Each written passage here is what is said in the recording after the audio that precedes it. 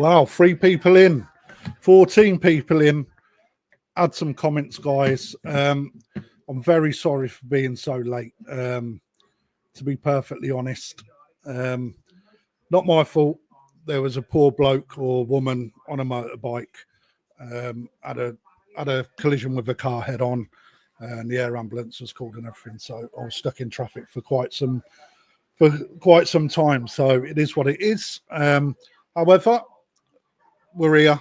I've got no one else joining me tonight. Everyone's busy, but I've invited a few people. So in Clifton Cole. So hopefully Lee Hadfield might join us. I've asked Ryan to come along, although it's really, really late notice. And I do know that Paul Cunningham, the chair of the North East Koi Show, is also going to be joining us tonight. So I have got some bits and bobs ready, some of which is a little bit, let's say, weird with artificial intelligence. And I've been playing with ChatGPT just to see how good it's been, because we all know that finding information out on koi and varieties and certain secrets and things like that's quite hard to come by, and you have to do quite a lot of research. So I use ChatGPT quite often for lots of different things. And one thing that I've looked at recently is certain aspects to do with koi keeping, because it pulls information from everywhere in the globe. So some of it's not brilliant, some of it's extremely good, and some of it you make your own mind up, a little bit like anything you do with your own research, really. But one thing that I really liked is the fact that you can type a question into it and it will give you a response of something. So what I'm going to do a little bit later, I'm going to show you a couple of little bits and bobs that I've done, and then a little bit of interaction from you guys is to ask about certain items, and then live on screen we'll type it in and we'll see what it comes back with, because I think that it might open a few people's eyes. But also it's a new strain of information that if people that haven't used AI will start to see, and they can make their own mind up whether it's useful or not. But certainly for me, it's it's a grey area. And another little thing that I've done is I dropped a picture of a couple of tozai in, and I'll share them because they're actually quite funny. And I've asked it to provide certain diagrams back on potential progression or sumi development, just to see what it comes back with, because I thought, why not? It's, if people are using it for certain things, like for today, for instance, on the news, I heard that artificial intelligence is actually, and Lee Hadfield will be happy with this, but they've actually managed to find a cure for gonorrhea. So Lee's definitely going to be popping in for that. So it does, but again, Simon, you do, but it depends on, right? So Simon Shear says GPT isn't consistent and you have to set rules for deep control. I totally agree. You have to learn how to do it. And it's took me a long time to ask the right questions. But once you get there, it's not hard. A little bit of research with people that put videos out on YouTube, a little bit like what you're doing now. It's not hard to start to learn how to give commands rather than ask questions. And then you can pull bits apart. And you can even see where the research is coming from, because it'll even give you links on websites and etc where it's found information. So, but let's have a look at it, because you cannot rule out AI. AI is here, it's here to stay, and it's good for lots of things. If people are using AI in the world now to come up with medical sort of cures, then who knows where it's going to go. And I find it quite interesting. If you don't pay for the subscription, though, you don't get the same responses. I pay in a subscription, so just to see what it's all about. So anyway, let's have a look who's in the house. 46 of you. You must have all been biting at the bit, like, to see who's in. So not singling anyone out, but Richie Bass, evening mate. Graham's in the house. Hi there, Graham. Colin Holland's watching. He come down to see me earlier. He was biting at the bit for something to happen tonight while he's having a beer. Paul Hutchinson as well. Evening, mate.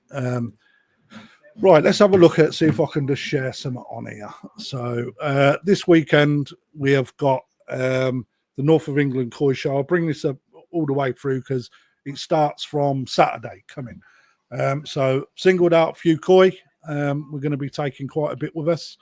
I also know that there's 30 vats available, and I've seen some of the fish that are going from exhibitors, and I must admit, yeah, there's going to be some banging show koi on display, but also a lot of people saying they're going because the likes of Lee Hadfield's going. I'll be there. Gaz from GKP is going to be there. Ryan's going to be there from Exclusively.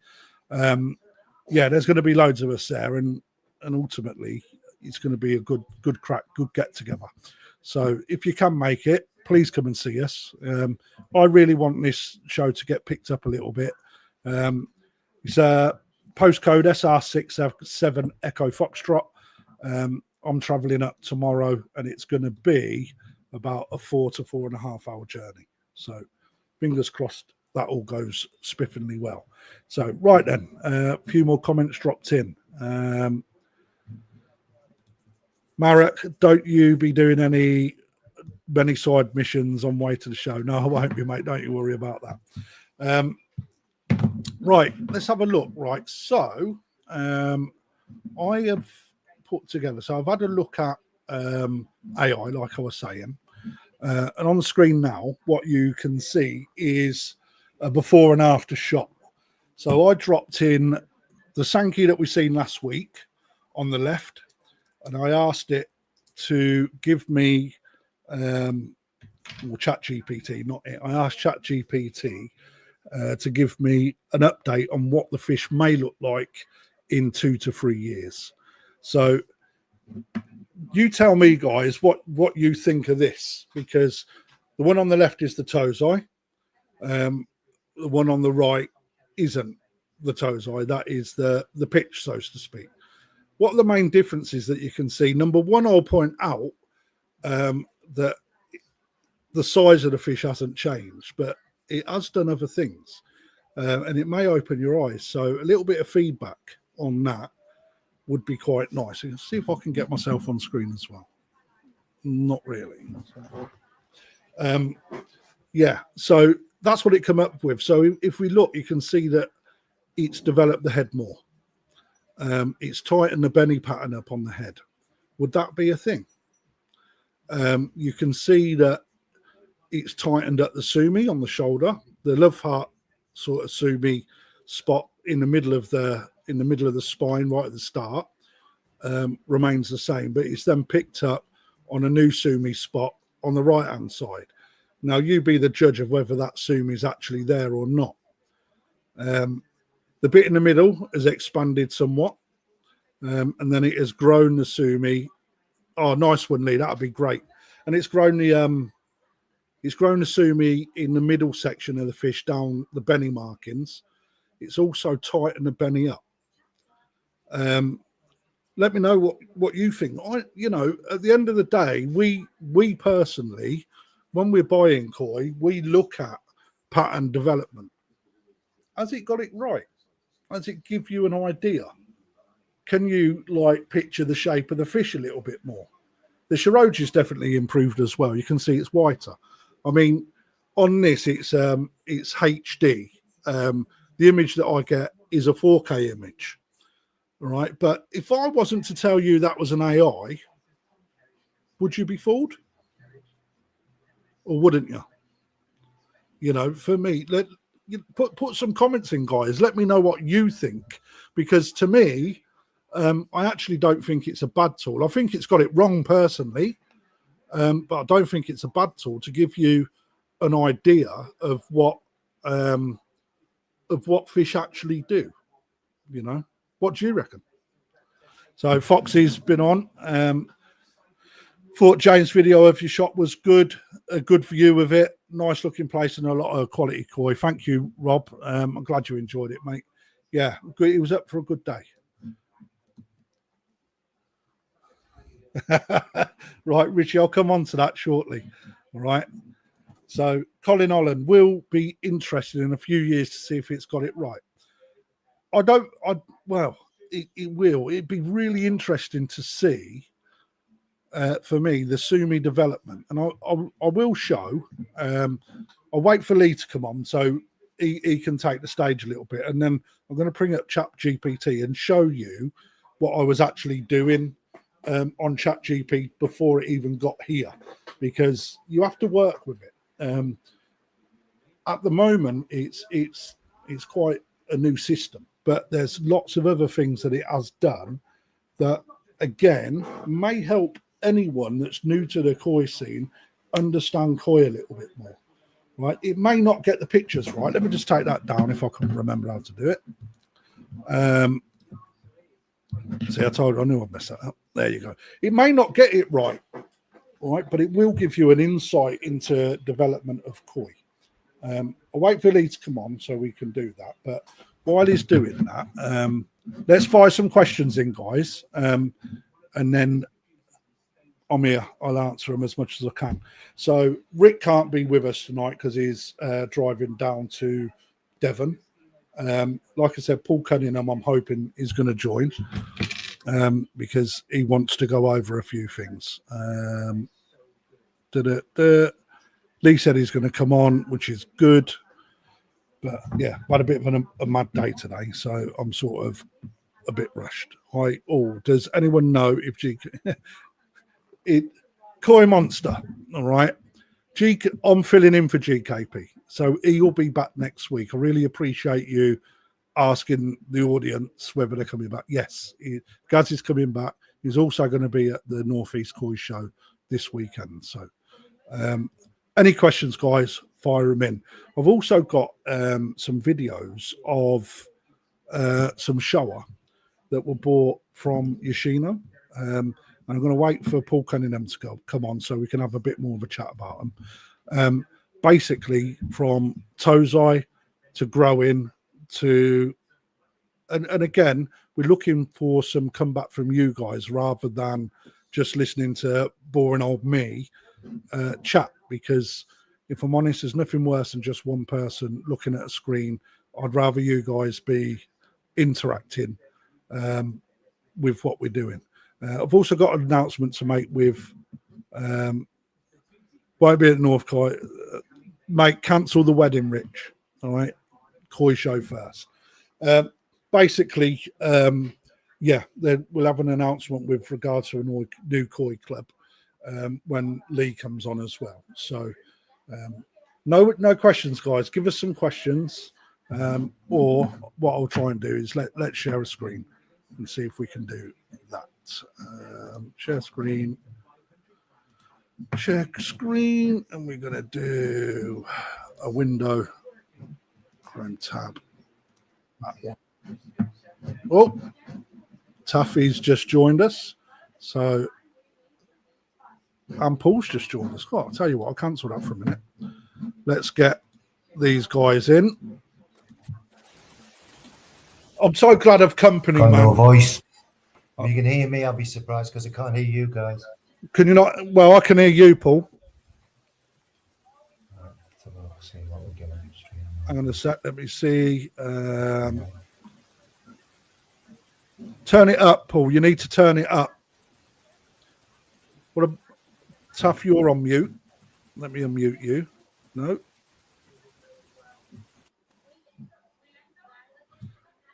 Lee. Hello. There you go. You've got it. Paul, can you hear us? You might need to turn it up because I can hear you. How are you, mate? Anyway. Oh, Guz's koi pond. I ain't even got a drink, mate. I've literally come in straight on the computer, fired it. I know. Up. I was on the throne dropping a couple of Marines off at the pool when I was watching you. That's good. Was it a good one? It was, yeah, a couple of chocolate chags that probably could have done quite well in size 1. Like King Kong's finger. Yeah, Ginroon as well. You there, Paul? Yeah, now I am. Oh, we see. You can hear you now. You had to turn the volume up, right? Yeah, that's all I had to do.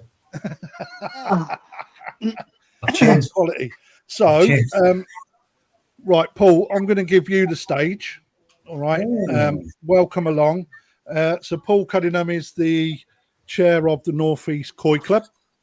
And they have got, like I've said, their koi show this weekend. So, give a little bit about, like, a little bit of what we can expect, Paul. What the date is, like when it's happening, how much it is to get in, what people can expect to see. This weekend, 16th and 17th of August, up at Whitburn on the northeast coast near Sunderland. It's going to cost you £5 to get in. We've got 30 vats. 30. Yeah, sorry, the shake of the head there. I thought you were. Yeah, it's because I put. Someone said they want a free koi as a wedding present. All right. So we've got 30 vats of koi, and that's in the koi show. But outside of the koi show, we've got some exciting things going on. We've got main sponsors, Perfect Aquatic, who've got 4 vats of fish. That's how many you're fetching up, all ready to go. So they'll be really exciting. So I'm taking, because you don't know what I'm taking, Paul. All right. So you ready? Yeah, go on. We've Do you want me to write this down so I can hold you to it? No, you don't. You can just watch it back. Omasako Shiro, Tozai, come in. Yeah. Fresh release. No one's seen them yet. Great. All right. I have got some Kiyatsuri, and I'm not a fan of taking them because they go in a blue vat and all the sumi watches out. Right. But people have asked me to take them. Otsuka, they are. I have got some Mizuogon, which are like rocking horse shit to get hold of as well. And they're actually quite a decent size, mate, to be perfectly honest. Again, not been open to the public, has been saved for your show. I am bringing some Yoshino Gosanki, some Gosanki from, mainly Kahaku from Sakamaki, Miyatora, and someone else I can't remember off the top of my head, as well as a couple of other bits and bobs. But there's some really good fish coming, mate. And I said I'd deliver, and I promised I'm delivering for you, mate. All right. I knew you would when we first set this up, because the whole idea when we first set this up was to create some kind of koi event up in the north of England, up in our part of the world. So instead of people having to travel 4 hours to go down to your establishment and have a look around, it's actually getting you guys to come up to us. So everybody in the north can come along, and they can have a go at these kind of fish. They can see them at least. On top of that, we've got a load of high quality fish from exclusively koi, and this has come from Ryan, that he's going to put online auction. We're going to try and hopefully the technology works. We've worked hard on that this morning so that we've got it. And what we're hoping to do is that people who come to the event can bid on these fish, and also the wider public out and about in the whole of the UK, they can also bid on these fish. And what's going to happen? How's that going to happen? Right. What's going to happen if they win a fish and let's say they live in Cornwall, the other side of the world. Ryan's going to take that because it's biosecure. These are Ryan's fish. They're coming from Ryan's establishment, and it's a part of exclusively koi in our show event. They're going to be Ryan's going to take those koi back to exclusive, bag them up, and then ship them out to whoever is the lucky winner of these gorgeous little koi that's on. Mate, I'll happily bag up any of those fish as well if people take them from the shop floor pool as well. That's not a problem. Brilliant. That's great to hear. And then on top of that, we've got Niwa Koi who've donated. Hang on, Paul. I'm going to rewind you. All right. Because we haven't sold this properly. I was on a roll there. We've only half sold it, mate. Right. So fish from Ryan's establishment have been donated to the Northeast Koi Club. Yes. Right? So Ryan has selected a good head of koi from his own place and donated them as a gift to Northeast Koi Club. Right. Yes. Now, normally the way that things like this work is that the show will basically do an auction from the show floor, and then the audience that's there bid on them, and then one lucky person whoever bids the most takes it away, and it will be from the shop floor. So what we've had a discussion amongst ourselves, and hopefully, Lee, you're involved with this. All right. So what we're going to look to do is we're going to look to go live. So Crafty Koi's channel will go live, right? Because although they're exclusively fish, it's actually Northeast that are auctioning them off. Okay, so anyone can join in onto the live to see what those auction fish are. Lee Hadfield will go live on his channel, right? That's an exclusive for me. Then, well, no, you haven't been so, but you will, because I know you're game. You go live on that, okay, and then Gaz will go live on his channel. So not only can we auction it to the shop floor, but we can put it out to whoever tunes in on the lives as well. So that way we've got people from outside able, because the reason for the donation is to raise money for the Northeast Koi Club, for putting on an event, getting everyone together. And rather than just a few people that are there taking the winnings, some people, like what Paul said, are down in Cornwall. They may not want to travel that amount of time to get to the koi show, but they still get the chance to take a koi away. And ultimately, it's about raising money for the cause of all of these people putting all of their time and effort in and putting a little bit back into their club. So that's how we're going to run it, Paul, if you're okay with that, because you're the boss, so. We're getting all excited about that happening. Yeah, that'd be great. That'd be great one. Yeah, we're fired up about that.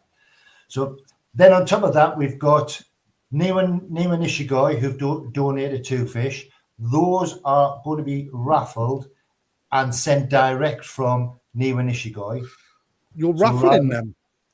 Yeah, I believe so. Yeah, that's the way we're going to do them. We're going to do. I might have a few raffle tickets then. Yeah, we're going to put them on a raffle, and then one of the longest standing friends from the koi industry, Chris Masters, who's been a friend of the Northeast Koi Show for decades. Well, he's very old, and let's face it. I mean, he's got to be nearly 150.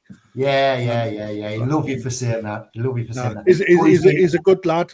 For those people that don't know, Chris Masters, he is quite an established dealer in the koi world. Does a lot of stuff down the south of Japan.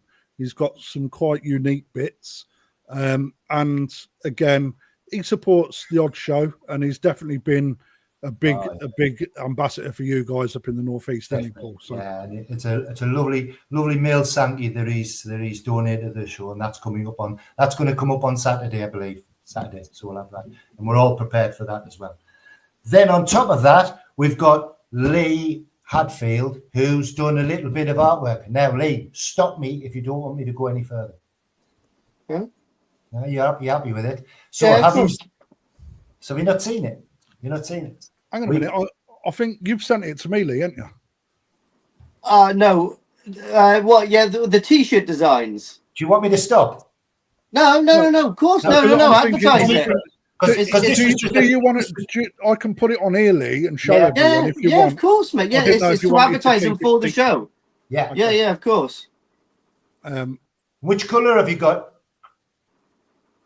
Oh, I've got a brilliant one. Well, the staff are all wearing the red ones, and then the black ones are then for sale, aren't they? And that's the one that I've got in front of me. This is brilliant. This Crafty will get one up now, I think. Yeah, I'm just downloading it now. Yeah, so I love that. I love the whole idea of this. I thought it was brilliant, and I'm really looking forward to getting the staff with a photograph of that design. And you're able to buy this design, which has been uniquely created by Lee for the show. At the show, so what's the name of the girl? It's Yumi. Is it? It's Yasu Koi. Yeah, Yasu Koi. So yeah, get my pronunciations right. She's asked us if we can give her a little bit more space so she can come up with all the kit to be able to print the T-shirts off at the venue. So it's not as if she runs out of stock or whatever. You can just go up and ask her, and she'll print out what you want. One of her designs, and this is a brilliant design. And you not got it up, Crafty. Do you want me to send you? This super nice quality as well, to be honest. Just give me a chance, mate. You know, it's like there's lots of buttons to press, but so I think they've actually. Well, I've done another design for my channel as well. So if there's any, obviously they make their money because they obviously produce them. They make their money. If they put an extra couple of quid on top of those t-shirts that are mine, then that can go into the North of England fund as well. Is that the one, Lee? Yeah, that's the back print. Did you send me the front print?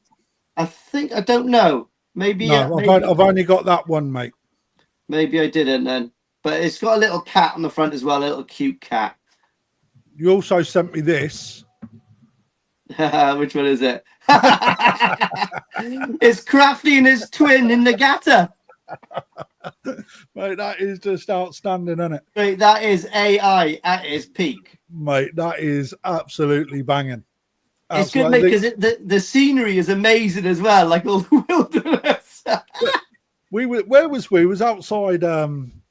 I can't remember where we were. I think that might have been outside Marahiro. Remember you went up? No, it was outside Shinoda. Ah, could have been outside Shazza's, yeah. Yeah, I think it was, mate. That's when you went running down the road and then started. Oh, when I went for a run down the hill, yeah, maybe. Yeah, let's have a look, Paul. See if I can. Oh, okay. Yeah, this looks. Oh, this is so much better, mate. This right. Let me just download this. Let's put your t-shirt back up. Enough of that. Airdrop. Mac. More. See, I feel so unprepared now because I thought I had all that sorted. You've been busy in a traffic jam, bless you. Oh, mate, I feel sorry for that poor rider, man. It was, very nice. She's done them already. So that's the staff ones that are red. I mean, on the day, if you'd like a red one or whatever the colour, they could probably print it on there. Yeah, mate, I want one of them. As long as you don't wear it. How much are going to be? I haven't got a clue, mate. I've got nothing to do with the pricing or anything like that. I just done the design. They've got to be 15 to 20 quid, haven't they? I would have said so. Do you know what I mean? You know, they use really nice t-shirts, and the prints are really good. They done, you know, because they sell my merch for me. Not that I've got nothing to do with it, but they just do that. They asked me if they could do my merch. I said, yeah, mate, crack on, mate. You know, line your pockets, whatever you want to do. Because for me, I got a free t-shirt out of it, which I was buzzing about. So, and the t-shirt's been through the wash loads of times, and it's really good print, mate. It really is. Yeah. And I've got a really cool Labubu one as well, because Labubu is a Japanese toy that's super in fashion at the moment. So, I mean, I can go off and get the Labubu one and send it to you if you want, Ant. Yeah, mate, do it. Mate, okay, do it. 1 minute then. 1 minute. Let me see. Let me just exit. Where's he off to? It's disappeared. So so all of the benching crew. That's what the benching crew is going to be wearing on the Saturday. Yeah, that's the whole all through Saturday they'll be wearing that. You see these good luck charms all over Japan. Yeah, everywhere. You know. I don't know where it's gone. Let's take it. Oh, mate, why didn't I take it down first? There we go. Go on. Right then. So we got the auctions, we got the koi show, we got the raffle. Yeah, we've got raffles going on. We've got a bonsais coming in. We've got various craft stalls coming in. We've got bonsai look good actually, from what I've seen. Yeah, they really look. As long as let's hope. Hopefully, that's what they're going to bring to the party. There we are, mate. And then that's probably a bit about the show on. We're really excited about a young lady who's going to give us all Japanese food. She's a street vendor. Yeah, that does look good.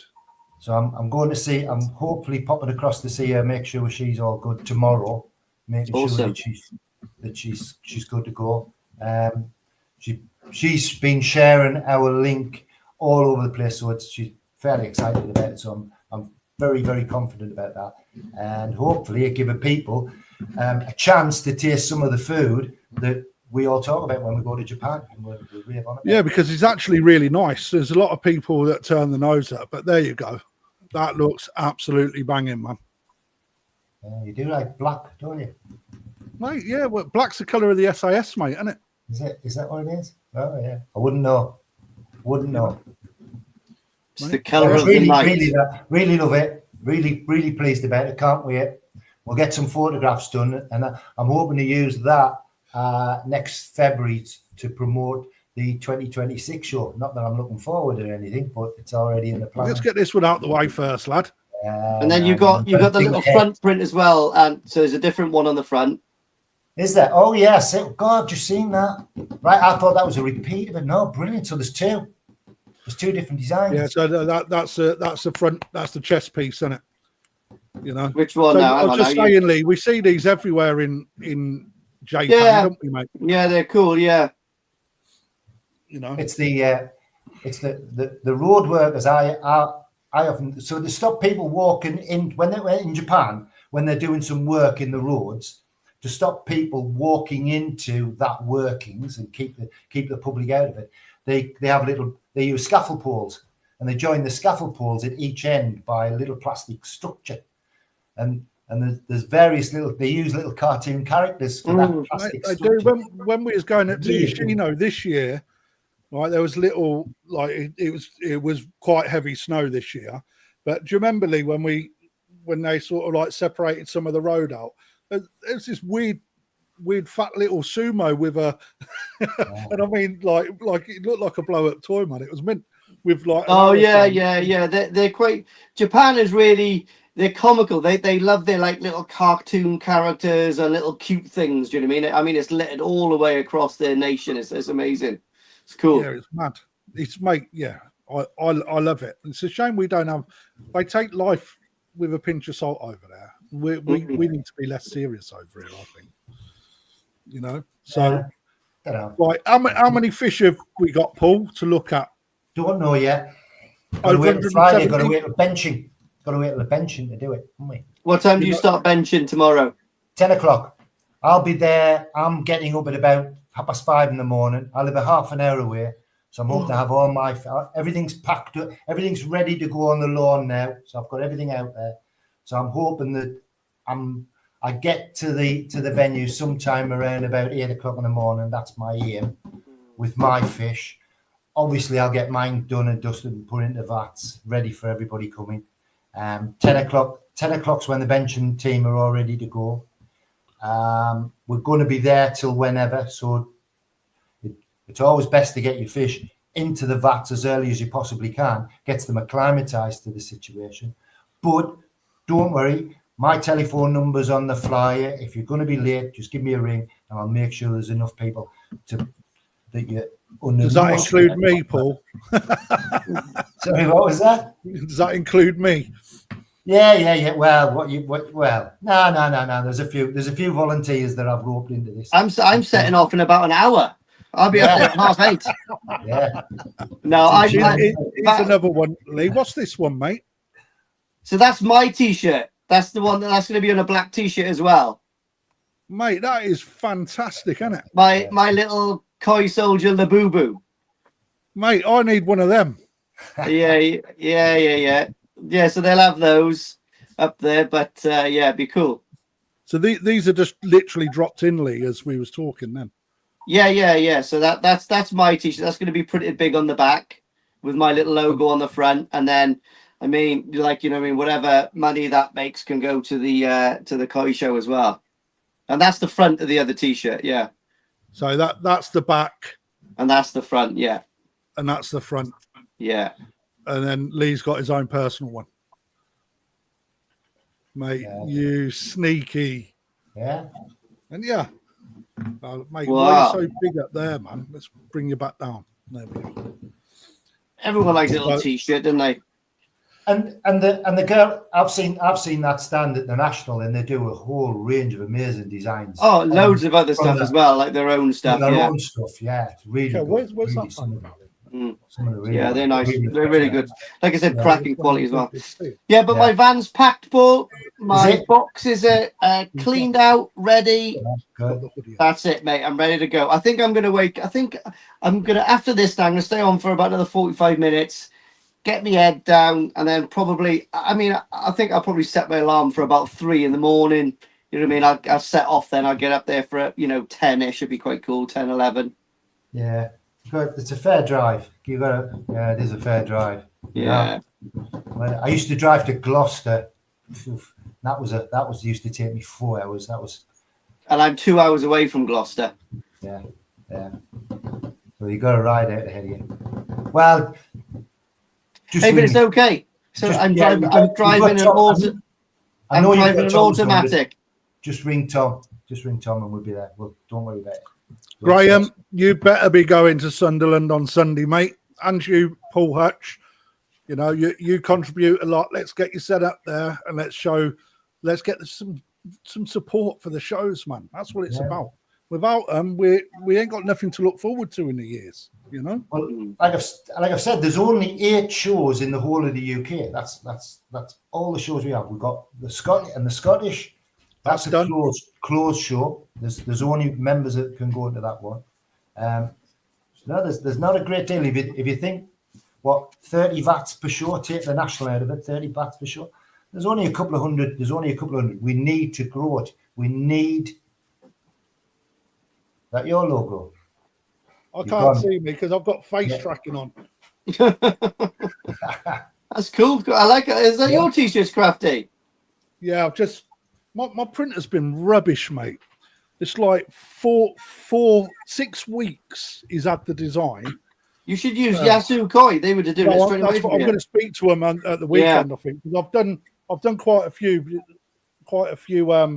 little designs, man, and it looks good, but it's not how I want it. If you know what I mean. There's a few little tweaks, but yeah. Just to answer Richie Bass's question, yeah, I have done my own designs, mate. But you're only as good as the printer, right? Because I don't print. You know. And the big thing about our show is that it's more relaxed. This is the I think one of the biggest things. So you've got Crafty, you've got Koi Soldier, you've got Ryan Studdard, all of these guys who were at our show in a more relaxed environment. It's not as manic. They're not having to run their businesses and really push. Hang on now. It ain't going to be relaxed with me there because I want everyone standing smart, straight, and erect to the front. Well, Walking at 30-inch paces at quick time. Yeah. I don't understand all that puff, mate. No, that's not not a we doing. Not a we doing. Really relaxed, all there for a good time and a chat. And we're going to get to know each other. So come along to the show and meet everybody. And it's going to be a fabulous weekend. It's going to be a really fabulous weekend this weekend. Got absolutely good. Everything's falling into place, looking good. Did you see the time lapse videos that we did? They were looking good. Young kid. That was nice and different. Yeah. Well, there's also he put it together and he says, "Do you mind if I do it? Would it be okay?" And I'm, no, crack on, try and see what. And the only thing that was my contribution was I was putting bloody big signs right in the thing, and there was the blue one right in front, just letting everybody know it was this weekend to take place. Oh yeah, it's all good. It's all really good. The water. So, did you see the Crafty? Did you see the pH and the temperatures? Yeah, well, I was going to ask you the questions on them, mate. Right. The pH is slightly up on normal years. We think this is due to the lack of water. So what have you got? 7.7. Okay, that's a minor difference to what we're in 7.5 at the shop, mate. So I think I'm on about 7.5 at the moment. Yeah. We would normally expect bang on 7.2, 7.4, but it's slightly. Okay, yeah, that's still fine. That's no problem. KH is running at 7, so that we're like a bit low, but it's running at 7. Temperature's running at between 19 and 20 degrees inside. Okay, so we're 22, so that's fine as well. Yeah. By the time we get up there, they'll be cooking anyway. Yeah, it's all an intolerance, but it's just nice that everybody knows that it's all this weather. It's really, really hot. It's been very, very hot this last 3 years. I know it has been hot. I think the weather's going to set fair to continue, so it should be a lovely weekend. What's the temperatures looking like for the weekend? Do you know? Not Scorchio. No, okay. It's nice weather though. Right, Paul, you've been working on this since Monday. Yeah, the build. Yeah, the build. Yeah, right. So we're seeing in those people that haven't, go over to Facebook, North of England Koi Show. And I believe that the time lapse was shown on there. You should be part of these Facebook groups anyway, so you can see what these clubs are doing. Colin, man, you can tell you've had a beer, son. It is, man. It's more like a 54. Yeah, so time lapse went up, right? All the water's gone in.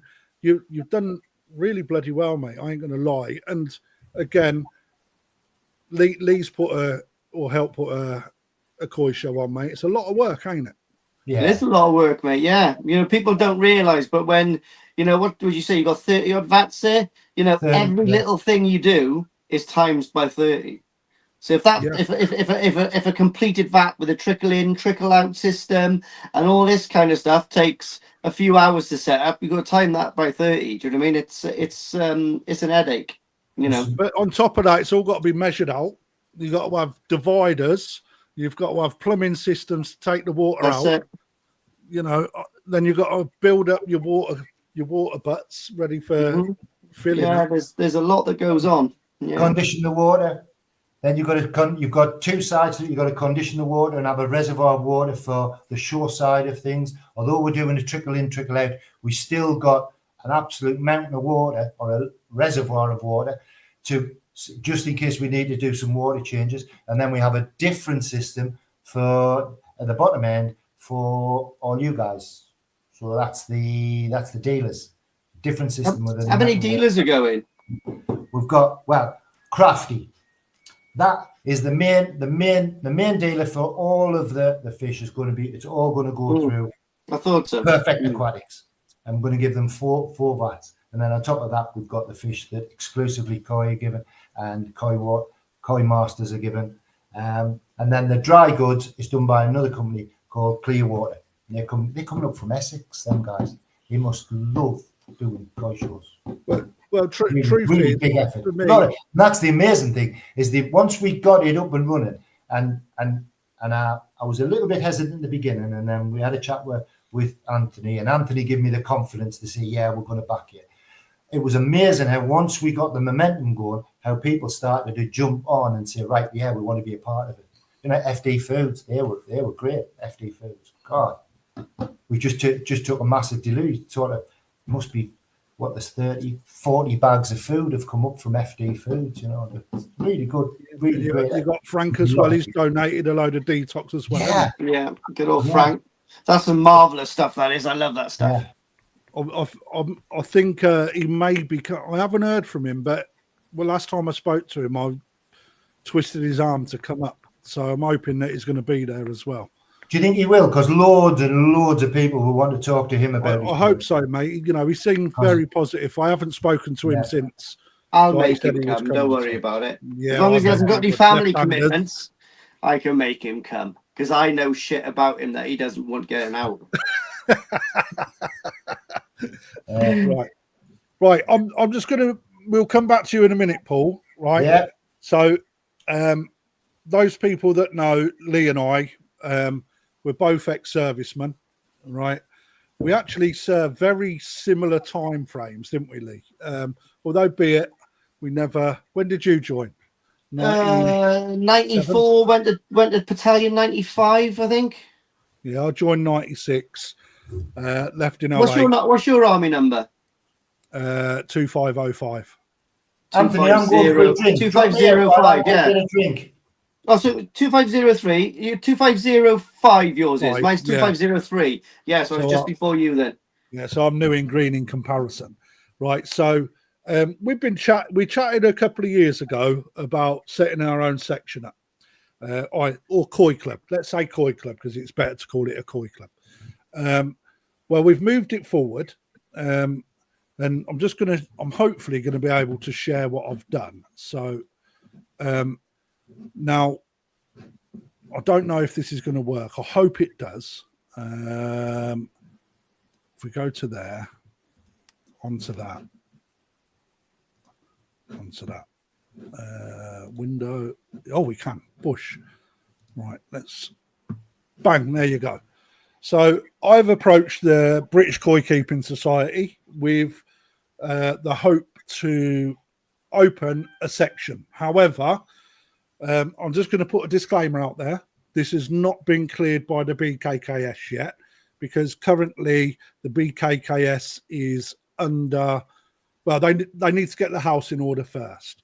So I'm hoping in a couple of weeks this will be put through, well, the feedback I've had that it is going to be an agenda point that is going to be voted on if other matters are dealt with that can take it over the line.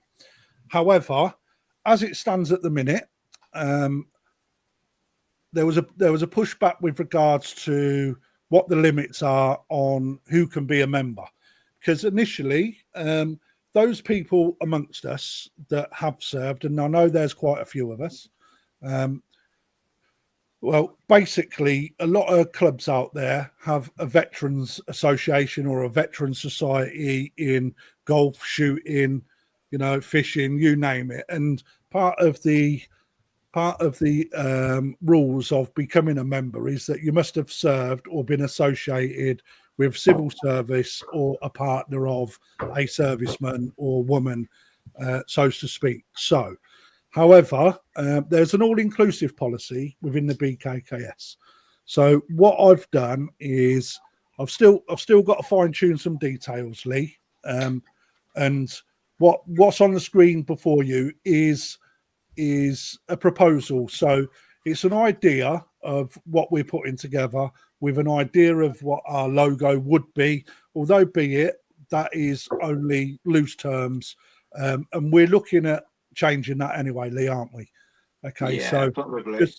just to put you know what I've done in black and white with a proposal, etc., over to the British Koi Keeping Society with the hope that they will agree to bring us on as a section. However, I've had to open it up to everybody, and I haven't got a problem with doing that. So as long as people want to be part of a section or a koi club, Lee and I are both opening a koi club. We're in early doors of this, but anybody that wants to join this club, initially we just want names, and then once we get into who's going to be the chairman, the treasurer, you know, liaison, marketing, whatever we choose to do as a club, we need to put a committee together, and then we need to literally open it up and get the ball rolling. Okay, so you don't have to be a veteran, but what we want is people from anywhere in the UK. All right, because you can be a koi club in the modern day without having to be within a certain boundary. And when I say that, I mean, for example, I could open up a koi club for Northampton, all right, but actually that really shrinks the amount of people that can be part of that club. If we open a veteran section, Which is national. It's it's national across the whole of the country. Now, what we're doing now is something that we can do together as a club. All right, so we can have meetings with 40, 50, 60, 70 people online, and we can do meetings, and I can bring up, I've got slideshows, I've got pictures of fish, I've got the ability to bring people on for guest speakers. I would have, and Lee would have, I'm sure the members, if anyone that becomes a member, would agree to have people like Alan Tate being an honourable member because of the information that he carries and the fact that we can bring him in to do things like benching courses, like koi appreciation, etc. With a club, it opens the doors to things like the JSC, because they're not seen to be selling fish. They're actually sharing information on koi that, again, is so hard to come by. So for me, not only that, but if we can get this over the line, I'm hoping that the BKKS see the values that it brings with the veteran aspect, and people see the amount of support that veterans get in the UK. It opens us up to charity work, working with soldiers, working having so many people involved, and also if we get enough on and we can put our own show on, it gives us the ability to put it anywhere on the map, right? Unlike the Yorkshire section, unlike the North East section, we can literally go anywhere on the map we choose fit in order to get this over the line. And the fact that we've got veteran in the Koi Club title, now I will say we're not a BKKS section yet. That has got to be, I need to put that disclaimer out because I don't want to upset them, right? But we can literally get it over the line and start working with the military to do things on mental health, to bring them involved as well, which is something that both Lee and I have suffered from post-traumatic stress disorder for various reasons. And there's a lot of people out there that go to fish keeping as a way of getting their mind out of a bad place. So having someone on this also promotes the ability to support the mental health section. Not only that, but if the BKKS got it over the line, and I really hope they do, because I've supported them for years, Lee supported them for years, right? We say support us back, because what it will also show is or gives the ability to do is show that the BKKS can also like boast that it works with a veteran section as well, because let's face it, who don't like soldiers except, the Germans? And I'm joking when I say that. But, so anybody that wants to be part of that, find me or Lee on WhatsApp if you're happy for that, mate. Yeah. What we'll start to do is we'll start to collate a load of names together, start to get people involved, and then we will become a Koi Club, whether or not the BKKS want to be part of it or not. We will be a Koi Club anyway. And I've gone into detail with this, right, just to show people a proposal. We're looking to network with the MOD veterans, organising regular online and in-person meetups, pond visits, educational events, establishing an annual veterans Koi competition, whether that's a closed event, being it a photo event, a live event, or an open event. We've got to start somewhere and grow it, as well as being or presenting an award to the BKKS from the veterans section, so to speak. It also promotes good koi keeping and beneficial pastime for well-being and community engagement amongst veterans. All right, so I've gone into a huge amount of detail. Anybody that's interested, please get in contact with us. At the moment, we're in phase 1 of 4. So first phase has gone in. I've presented. It's going to be discussed. Like I said, we're not part of the BKKS yet. I'm hoping they will. If not, then we will open our own section anyway, because you don't have to be part of the BKKS. We then go into the recruitment. I've announced the section. We'll then start working with koi dealers, veteran associations, etc. Then we'll get other gathering, whether it be virtual, an in-person meet at a koi show that's staged already, and then ongoing activities will be down to the club to decide. Right, but the benefits of the BKKS will see an increased membership through veteran engagement and other people, because I will stipulate, if we become part of the BKKS, you should be a member. Enhance the public image through charitable and community activities, stronger diversity of membership backgrounds and experience, and opportunities to positive press coverage. Because I promise you, if we involve things like SAFA, or the Benevolent Fund, or Help for Heroes, or, well, the list is endless with regards to military charities, that only exposes the BKKS further. So, I hope they work with us and we can work with them. But ultimately, it's about us opening a new Koi Club that's national and not in, let's say, what do we call it? County lines. Lee, what you? No, I think it would be good on you, mate. But I think it would be really good. I think, things that we could think about too. When obviously I've joined the BKKS every year. I'm a massive advocate of it. I think if you don't join and you don't put money into it and don't invest time and effort, which I feel I have, it's gonna die. You need to keep pumping effort and a couple of hard-earned coins into there to keep it going, like £1 from everyone across the board makes a big difference in a little establishment like that.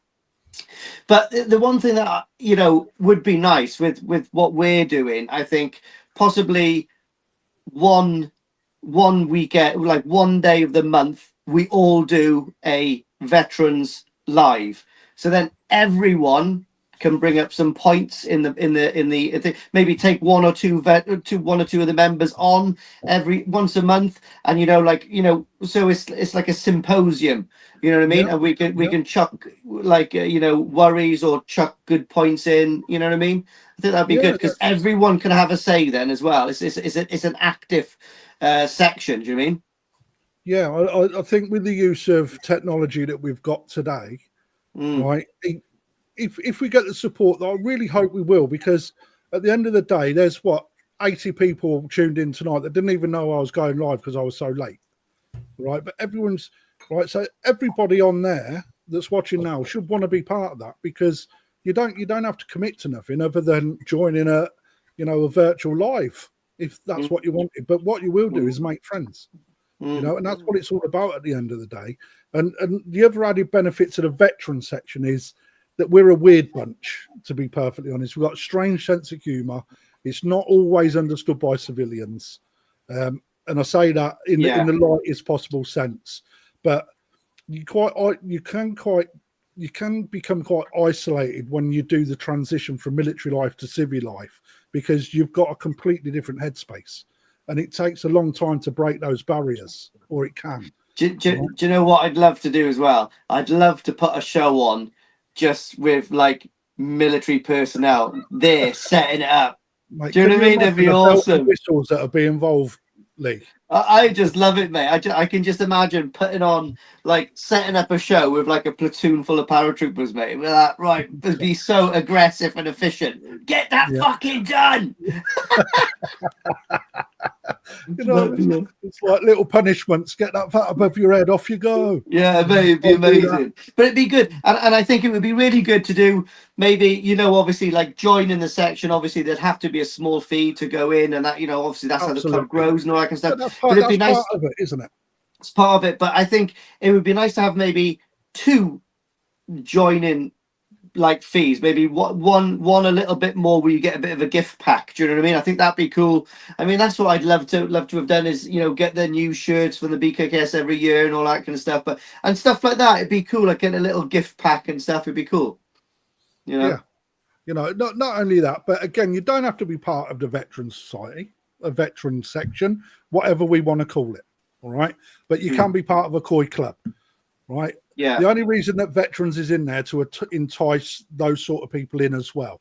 All right, let's face it. To make it different, it's something else, isn't it? It's something. Yeah. It's something special that other people can't do, but we can. But it opens doors to places we wouldn't get if it wasn't there. I was talking to Anthony the other day, and I know quite a few people in the Red Devils and get those to jump in. If we ever do a show, I get the Red Devils to jump in. You've got great friends down in Bovington. Probably host it around. But mate, we'll get Tiger 131 to have a spin round. Awesome. Well, the thing is, there's potential for us to work with things like the Tank Museum as well. Exactly. Get military displays on. Get military involved. You don't like.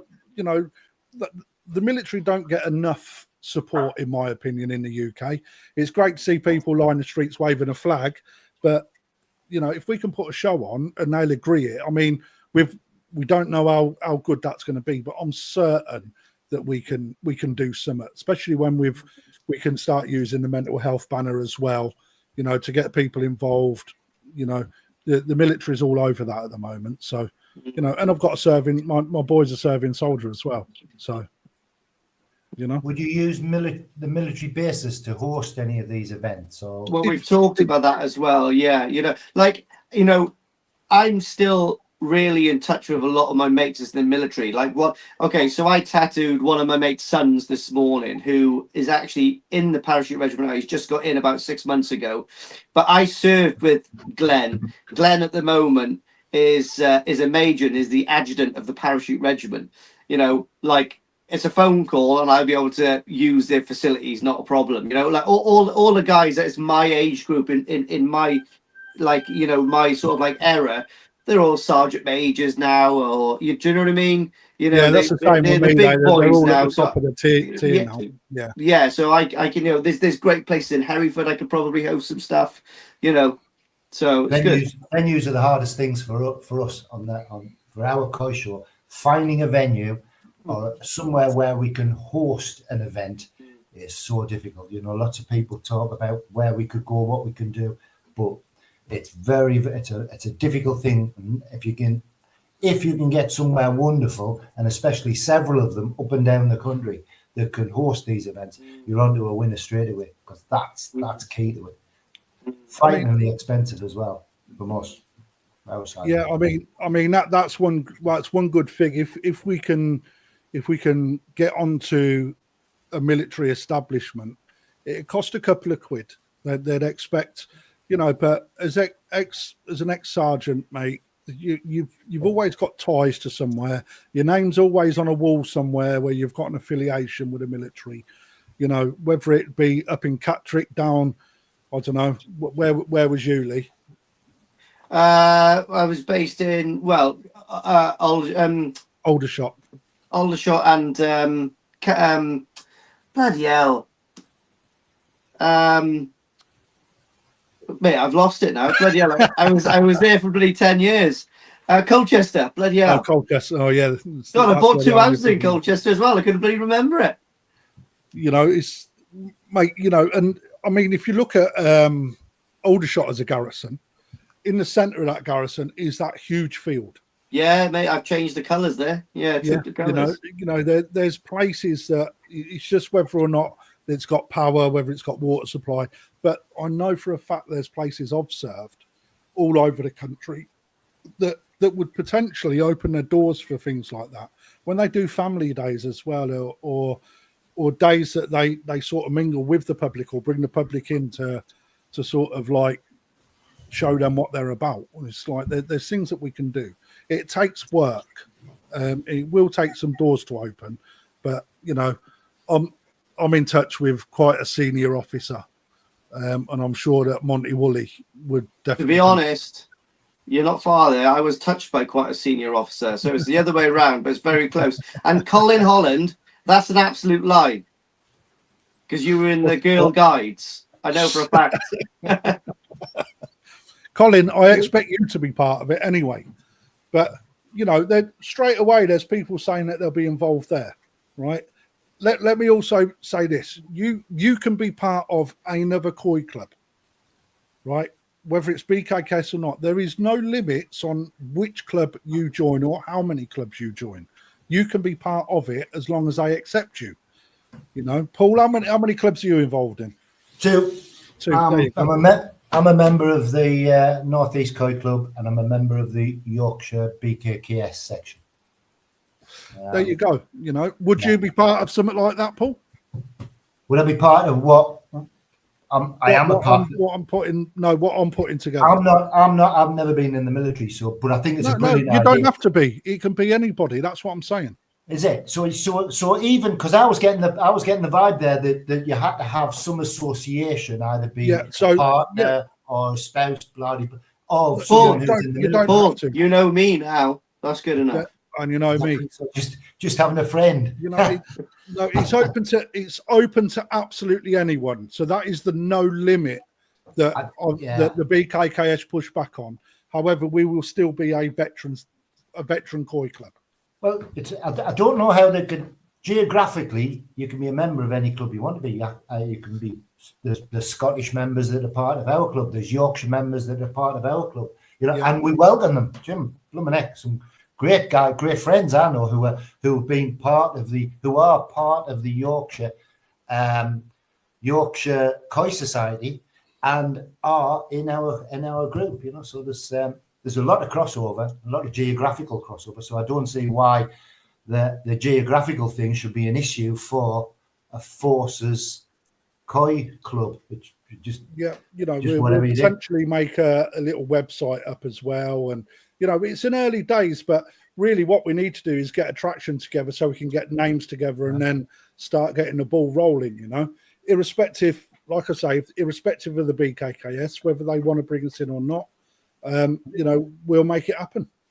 Yeah, I think you just got to do it to make these things happen. You've just got to, somebody's just got to grab the bull by the horns and just push it through and just start it off, and then everybody starts to get and sees the benefits. As long as everybody can see the positive sides of things. Yeah, you've got to be active, right, Paul? You've got to be active. Yeah, you know, you've got to keep it going. I mean, I looked a couple of years back at a Northampton Koi Club, and there's a website for Northampton Koi Club, you know, but it's not been active for ages, and you know, but people don't take the websites down. Have you ever been a member of a koi club? Nope. Never ever been one. I mean, it was for me when I became a member of the Northeast, and this is going back many years. It was a big learning. There was a big jump in my learning of koi. So I was ticking along happily with my own pond. But then when I became a member of the club, then all of a sudden I started to learn about things that I had no idea took place, and it was massive, that jump. Well, you know, that's what it's all about, and you know, if we can get some personalities involved as well. I mean, let's face it, you know, I'm in a good position as a dealer where I go to Japan, I can share things. Lee's got a great following on YouTube, works closely with Exclusively Koi. You know, he's got a great relationship with Ryan. They're always in Japan. You know, what a better place to start for a koi club, you know? Take a group of veterans across as a trip to Japan. Absolutely. I mean, that's what I mean. We'll take we'll take some of the islands down south. You know, I think you might come across some opposition. You know, but I really want to put it out there. The invite is open to everyone. But no, do something adventurous like we do in our club. We try to be adventurous in what we do, but it's pond visits, it's trips away to dealers. But no, let create a koi club that does something truly amazing, like and go to Japan. Have that as your goal, you know. Well, anyone can go to Japan with us. It's just getting a £1,500 return flight and £40 a day in a hotel. Yeah. But there's also the belief that you've got a part to play within that. That you can get something out of going to Japan. Took me many years. Took me many years to build up the courage to say I'll go to Japan and I'll go and do it. I think you've definitely got to go with someone who knows their way around there. Definitely, you know, definitely. You know, and there'll be a lot of people out there alone who would love to go, but just don't know the process. You know, that have no idea of how you'd put the trip like that together. But I'd aim high. I'd go for something as big as that. Something really, really good. Yeah, it'd be good. It's an amazing place. You know, even if we get a koi show on, that'd be our first hurdle, Lee, wouldn't it? It'd be great to be able to do that. As a club, that'd be brilliant. You know? I have a phone call with the Northeast Koi Club. They've got a complete show that goes in a container, massive big blue container. Pick it up, put it in the back of a lorry, and go anywhere in the UK. You know, that's something we've discussed already, Paul. Right? Yeah. You know, as an idea. You know, it would be the chairman and the club itself that would have the says on that, but I can't see why not. We just leave earn a couple of quid for you as well, wouldn't it?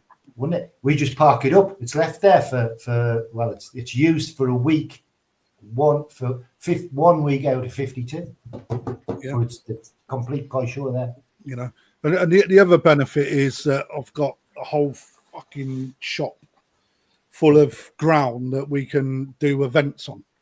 You know, as a club as well. Yeah. You know, there's that, and you know, I showed it to my boss today. Well, the other day I showed it to my boss, and he was like, "That's a great idea to do that," because he knows what I'm like for my fish. You know, and it just takes me out of work. But I sit looking at fish all fucking day long at work, and then I have a look at fish all night long in the evening as well. You know, it's like, I'm sure you're the same as well, Paul and Julie. You know, you can't help but look and see what's happening or who's selling what. I mean, I still look at who's selling. There's, you know, there's so many I fish don't out there. do, It's don't do that it's too nice much. to see. I don't window shop that much on the internet now. I used to have a little look around Gary Gatwick and, you know, loads of different shops online, but I mean, I don't now. I mean, I don't like buying fish off pictures and stuff. It's difficult. It is. It's hard, isn't it? It's yeah. I've never had very good experiences buying off pictures. Video's a little bit better, and most good koi are accompanied with a video. But when was that video taken? Was it taken in Japan? Well, that's fine. But then you've got like all the process of the fish being prepared to travel back, then traveling back, then in QT. How does the fish look after all that stress? Who That's knows? right. Yeah. You know. And how does it come out the other end, mate? I mean, on the flip side, when I go to Japan, I must buy 90% of my fish from Japan, and we've got the same thing there. But at least I'm there looking at the fish. But you still got like the prep, the Well, you shipping, don't know and how then they the travel QT. for a start, mate. You know, sometimes you know people don't see the amount of work that goes into. Not all fish, because some fish come really well prepared, but not all fish do. No, so You know, and some dealers, no, some breeders, but then some breeders really don't prep them that well, do they, and send them over. you know, we've had fish that have been like the, for example, a breeder this year. I bought a certain amount of fish off of him, but he put another 30 fish in for me. I dare say he couldn't move them, and it was only 30 fish, so he thought Crafty can have them, right? But the way that we box, we put the right amount of fish to the box because of the amount of water that's in there, so they travel well. And they turned up, and the amount of ammonia issues that we had from that, it took probably 12 weeks to get them out of QT and looking well, you know. And but you could have had a fish in that lot that was coming over. Absolutely no control over that. It's just a breeder doing a nice thing that turned out to be a pain in the ass. You know, it happens. And sometimes, mate, the breeders do really well. Like I can remember, was it last year, the year before? I can remember Ryan and Kevin was going to do a DK Shiro grow and show event, and I really wanted to do that. That's and they right. were I was really involved for that. They were really good. That, but they come over with like loads of ammonia burns. It was, you know, nothing to do with Ryan and Kev, but you know, obviously they got them through that, and they got amazing condition. They didn't go out until Newark. Actually, I bought mine from Newark. Yeah. I mean, it's just it's a long flight for them, isn't it? Do you know what I mean? Yeah, but I don't think when I've been in the backside. Yeah, I mean, when I've been unbagging with Ryan and Kevin quite a few times now, I mean, there's not one bag you open that doesn't knock you sideways with the ammonia, isn't it? Do you know what I mean? It is like, fuck. You know, Jesus. You know, I'll tell you, Yoshino's fish travelled really well this year. He's impeccable though, mate. He is like, he's shit up, mate. He's awesome, Yoshino is. He's got a great love for what he does. Do you know what I mean? And everything is done bang on point, you know? Yeah. His fish are actually, well, we'll come on to that, Paul. That's actually quite a good link, haven't we? Because I've got some videos to show of some fish. But yeah, and then I had some from a Fuji that they was sideways when we put them into the pond, you know, and I was like, oh shit, it's like, this is touch and go, right? But what can you do? You know, your ponds are cleaned out, your water's fresh, your filters are seeded, you know, your salt levels are right. What do? You can't do much. The next morning come in, they're all upright. It's amazing how quick they turn round, you know, but these sort of things happen. But ammonia burn is the bit that people don't see, because that can be quite catastrophic, really, because it can really damage a fish. And you know, as a dealer, you know, you've got to be able to do the right thing to bring them through it and condition back up so they're sellable. You know, at the end of the day, trying to get a refund out of Japanese And Anthony, what just for lots of people who don't, what would happen with an ammonia burn? What would you see? Would it be the fins that would be the first? The gills? Again, size depends a lot of it, but generally you'll see the first aspect of it will be the fins will start to recede back, and you're left with like the spines of the fin, right? So number one, you've got to get that back. So the only way you can get that back is through heat. Well, you can wait. You can let it grow back eventually over time with good water environmental conditions, and it will eventually grow back, right? But you need to get them fish out on sale quick. So heat is the way to get that through. If it becomes a little bit more advanced, you will start to see scales missing. So basically you'll get patches of scales that have actually come away from the fish. And a lot of redness, and then it can start to affect the gills as well. So any necrosis in the gill can be reversed, but it's a long, if it's too serious, the chances are the fish will perish. But if it's not too bad, when you look at the gills and you've got the necrosis built in, which is where the fin starts to look like it's rotting, that will reheal itself. But again, it's all in time. And that's why ammonia burn is one of the worst things to see when you're getting bagfish back, because you're left with different aspects. Some fish will only show some fish won't have any, and some will be really badly affected. A little bit like anybody, really. In the same bag? In the same bag. Because you've got different tolerant levels in. It's the same as humans. Some humans can run a mile, some, like Colin Holland, would fall over at 50 metres. Well, I suppose the better thing is some people can take different amounts of sun, so it depends what skin they've got. Do you know what I mean? Yeah, that's a good way of putting it. That's a better. Some people are going to get sunburnt quicker than someone else. Yeah, some. And Colin, no, I was unbagging. I helped him with like a shipment night. I've done that a few times over the years. Burnt your head. No.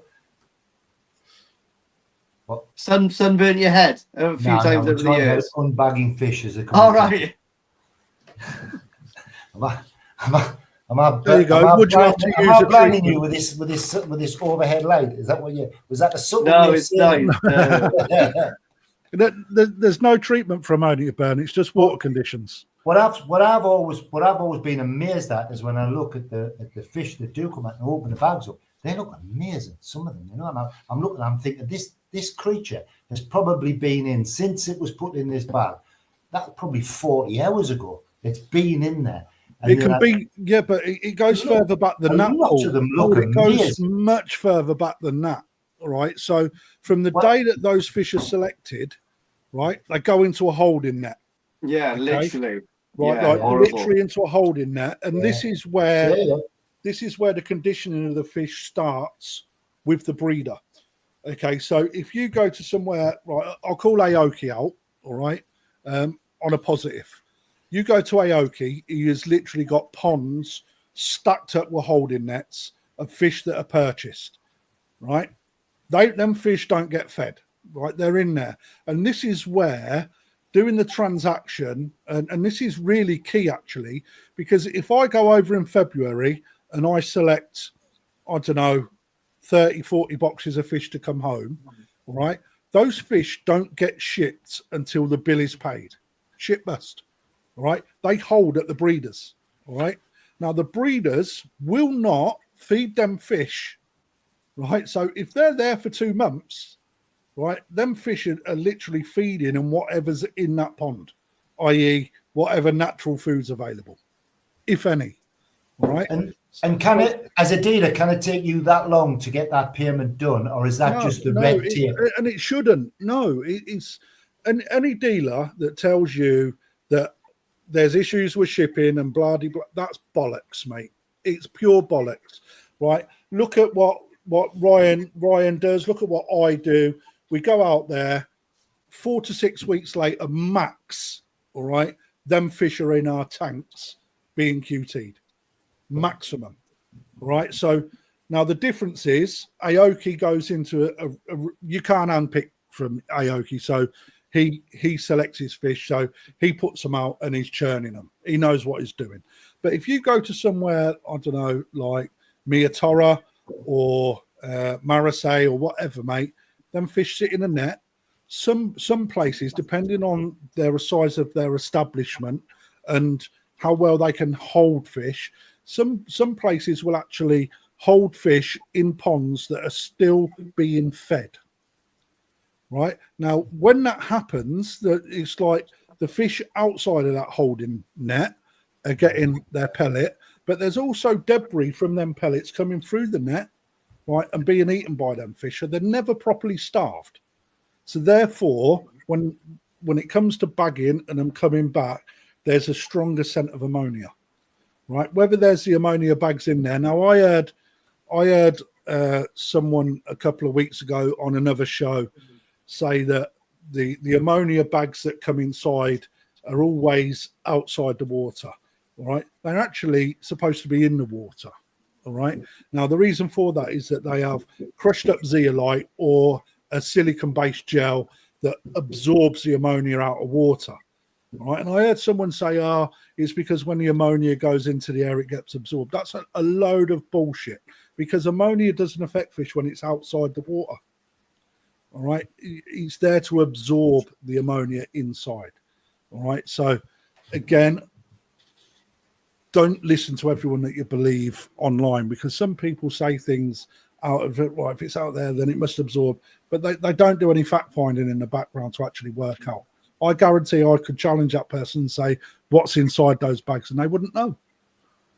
Right, so again, there's certain constraints that get put involved, but when you look at the long of it all, right, if a dealer buys fish and then 2-3 months later, them fish then get imported, there's a very strong chance that those dealers that they're bought from do not feed them fish up, because they don't know when they're being told they need to be shipped out. You got to think of little things like that. So, but when they get the other end, Paul, right, they should be in pristine condition. And part of that is having the purchase, the transaction, and the shipping done as fast as you possibly can. That's the best way of getting healthy fish back to the UK. Yeah. It's a fascinating process. I was once outside a gat at a gatter. He's got a house in the middle of the whole process, and we were standing there waiting to see him. And he was shipping. He must have done 150 boxes. And it was a conveyor belt system that was going on there, and it was quick. I mean, we weren't standing there 4 or 5 hours waiting for this. This was us. Was that Marseille? No, it was a Gata right down south. Oh, a Gata, I don't. Yeah, right. I want to go there. I ain't been there yet. Yeah, Have you been there yet, Lee? I think that's one of the few that I haven't been to now. No, is Ogata, is that by Yumikoi? No, it's further on than that. No, sorry, I haven't then. No, I haven't. It's way out on its own. South. Yeah, no, way out on its own. Weird. Well, there's a few of them down there, though. I've been to a few down there, but not Ogata. Yeah. Anyway, the point was that they do it blooming quickly. They're very efficient, and it's very, very quick how they box them up and into a vehicle and away. Hugely efficient. But my one thought when you were chatting on there, I wondered whether they're waiting. Is it a consignment that they're waiting for? So so those fish are held in in a holding pen, for want of a better term, just because they're waiting for Anthony Day from Perfect Aquatics to buy the next batch of fish and the next batch of fish, so that certain fish are being held on just because of shipping charges no. So what happens is when you're out with your agent, okay, the agent that goes around with you over there, because you have to import through an agent over there. All right, they've all got their export licenses to take the fish from Japan, and then the import comes when it's our shorts, basically. So that paperwork exchange has to happen. But to get those fish on a shipment, what will happen is the agent will have a shipping list, okay, and on that shipping list, it will tell you how much space is available. Okay, so that agent will know, not just me, but other dealers that may have a shipping consignment to come, right, they will start to piece together because they want the biggest shipment containment that they can possibly get to get better terms for shipping charges. Okay, so what they'll do is they'll go, right, we're going on that date. That instruction goes out to all of the breeders. Those breeders then bag and box those fish. And then generally what will happen is there will be an Arctic truck, right, that is parked at a said location. And then all of those breeders then transport those boxes that are then put onto the Arctic truck, right? And you have like a section per dealer, and those boxes get on. And then that truck goes to the port, wherever that may be, and then they are then loaded, well, basically wrapped and loaded onto the aeroplane, and then it comes over. So that's how it works, mate. So it's not always... Go on, Lee. I'm going to shoot off, guys, because I'm going to have a cup of tea, a slice of toast, and get me head down because I got to come up to Sunderland tomorrow. Yeah, I ain't going to be long myself, but thanks for joining, pal. See you Thanks, tomorrow, everyone. I'll see you tomorrow. See you tomorrow, Lee. Look forward to it. Take care. So, mate. So, yeah. So, in a nutshell, mate, that's how it works. You know, but we leave the agent. We leave the agent to do all of that part, Paul. So yeah, it's an interesting process. I mean, how these little tiny fish actually come from that particular pond and end up in the dealer's vat in the UK is it's a mind blowing little circus that takes place to achieve it. Quite fascinating, really. I think one of the things that one of the sides I come from is not necessarily people who buy fish at the higher end who are doing one piece, say, go on there and buy Nissan, although I do that, is to look at it from how does somebody go into a dealer and know that they're buying a healthy fish, that fish hasn't come in yesterday and has got some issues with it, but it's in a sales vat, and what they've got to look for, so they can look at fish, they can look at koi, and they can go, ooh, I might stay clear of that one, or no, that one. But that's down to the reputation of the people that sell, Paul. There are some people out there, you know, and it's the same in any trade, mate. There's people out there that know, people that are learning, people, you know, and you have to buy into it. You know, the bottom dollar is that if you see that people like myself, people like Ryan, you know, Rick down in New Forest, not to keep it about certain dealerships, right? But friends of this show, right? We put everything out there on social media. We're transparent, all right? But the proof is this: the quality of the fish that turns up, all right, you will see in a vat, all right? If there's a problem with that vat, in that vat of fish, they shouldn't be sold shit bust, right? And certain things, you know, in an establishment like mine, mate, right? If I'm treating a pond, I will have under treatment on the sales board, right? So the prices are gone, the type of fish is gone, the breeder's gone. It just says under treatment on it, and depending on what's going on in there, them fish will either be covered or they'll be exposed, right? But nevertheless, it says under treatment, so people cannot buy out of it. A net won't even go in the pond because they're under treatment, right? And if you've got any questions about, you know, the advice is that if you've got any questions about what that fish is, where it's come from, if there's been any problems, then any good dealer will be transparent and they will take you through it. And if you want to see paper evidence, they should have a running log, which, you know, it's out there for everyone to see. It's in a binder on our desk, and if it isn't in the binder that's at the koi counter, it sits in a big binder next to my desk in the office. So I can take you back as long as that fish has been in the establishment. I can show you where that fish has gone, what pond it's gone to, what issues that has had, because any dealer that says they don't get parasites are liars, right? Because it's in a high stress environment, it's in filtration that's pushed to its limit quite often, right? And they're livestock, right? And quite often in an establishment like mine, you have got ponds that are butted up to each other, all right? And you get kids come in, putting their hands in that, putting their hands in the next pond. It's like, don't matter what you say, they will move that around. So it's quite common.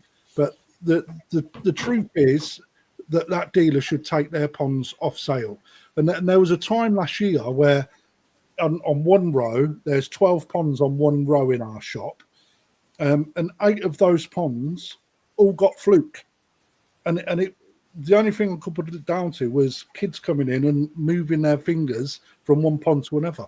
But I literally put all of them ponds off sale, and the boss come in, he says, "What you doing?" I said, "They're off sale."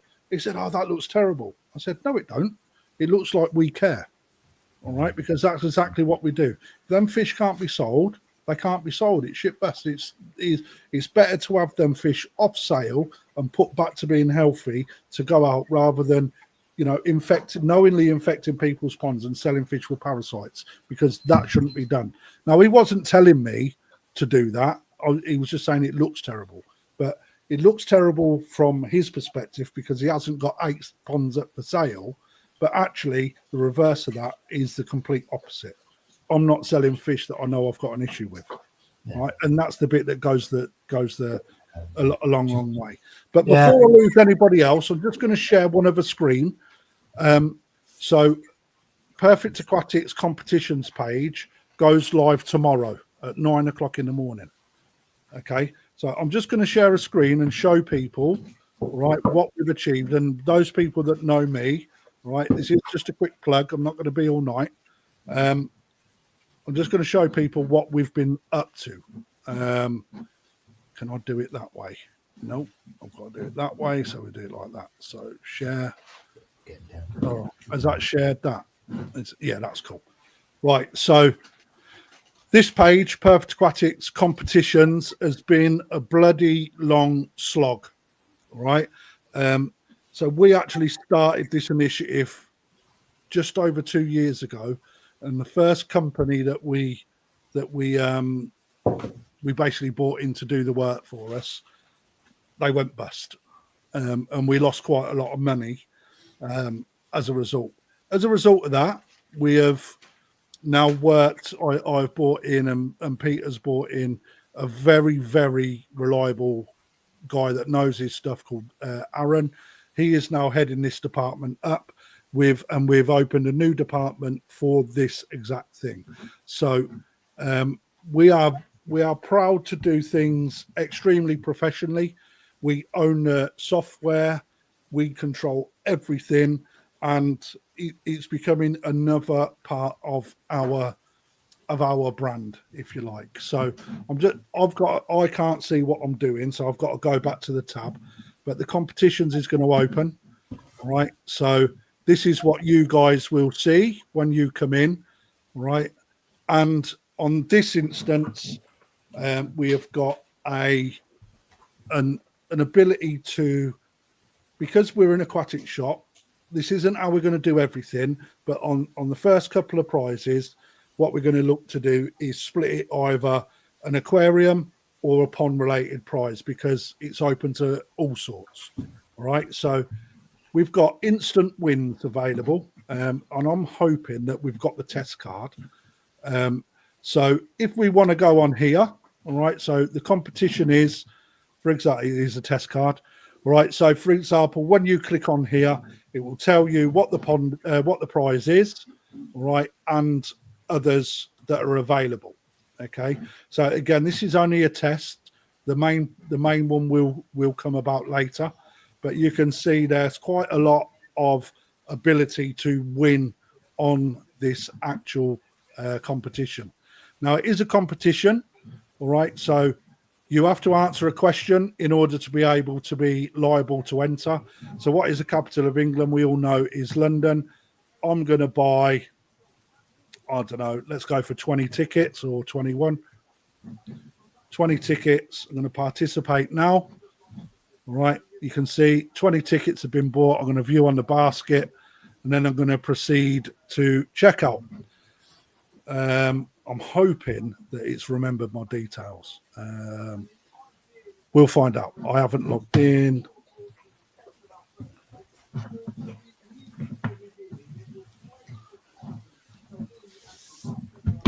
Just bear with me. Let's see if it works. I thought this should have all been in, but I bought all the tickets the other day.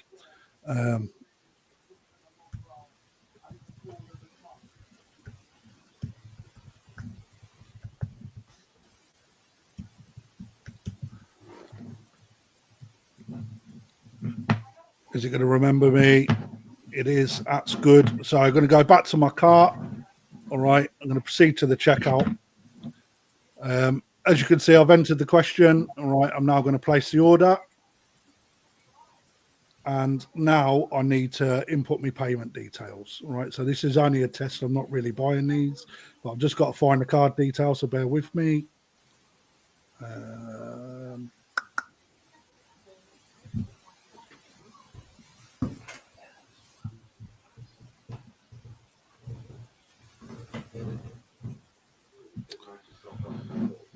Right, so you're literally entering what you're gonna pay with, i.e., your normal debit, credit card, whatever it is. 52. This isn't a real card, by the way, guys. This is my test card, so it doesn't matter.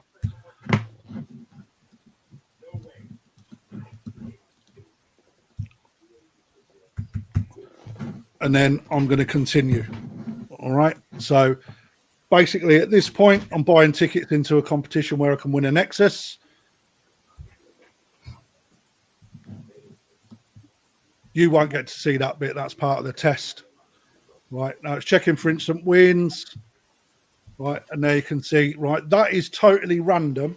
So from 20 tickets that I've just bought, I've won a £10 gift card. I've done a 5% discount. Another 5% discount off the internet, a £1 gift card and a £1 gift card. That cost me 20 quid, but there's a chance there to win something that's 1,600 quid. I'm just going to come back so I can see you on the studio. And from there, right, I've received an email to say that you've won. Okay, so that is what we are. That's what we're about. Again, let's share that page. Oh, I've just removed it. I'm back to the stage. So you can see there, guys, all right? That's what's taken us so long to do.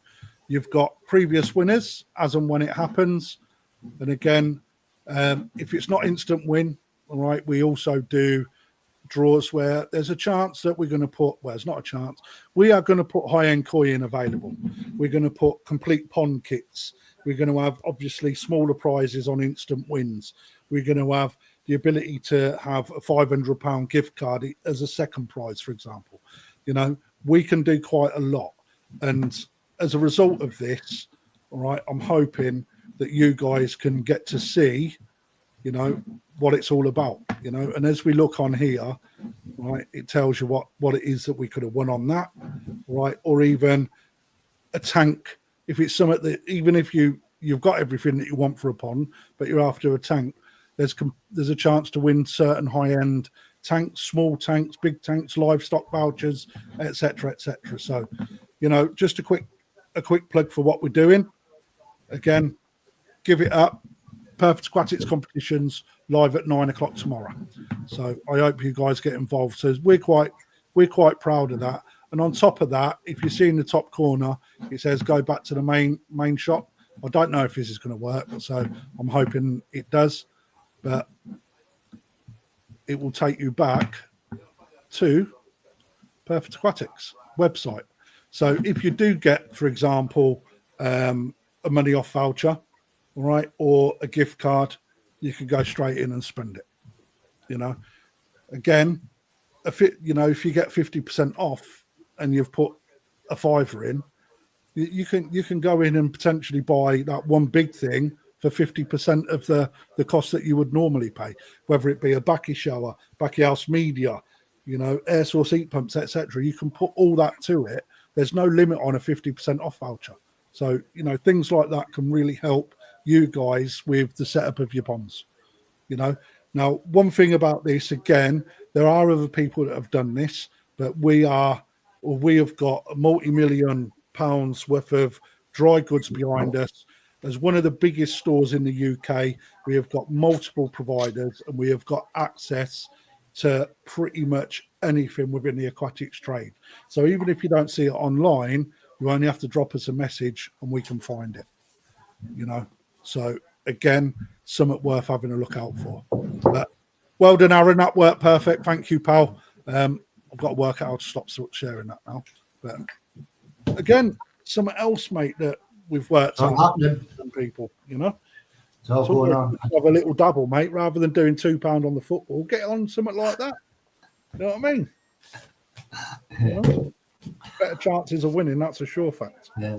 But my garage is full again. Right, so we're all set, I think, for the show tomorrow. Let me share this then. I'm hoping that I can do it the way that I've been doing.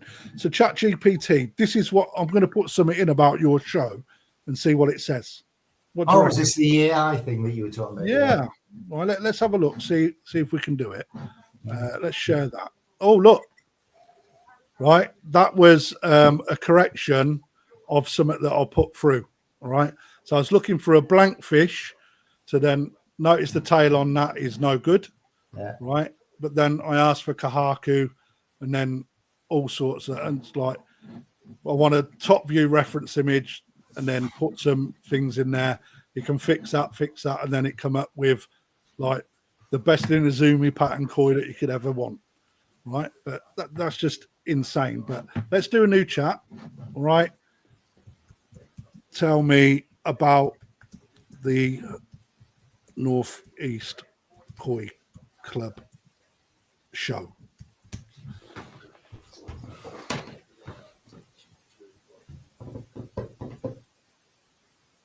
Got the poster right. Is the poster this year's? It's this year's poster. Yeah.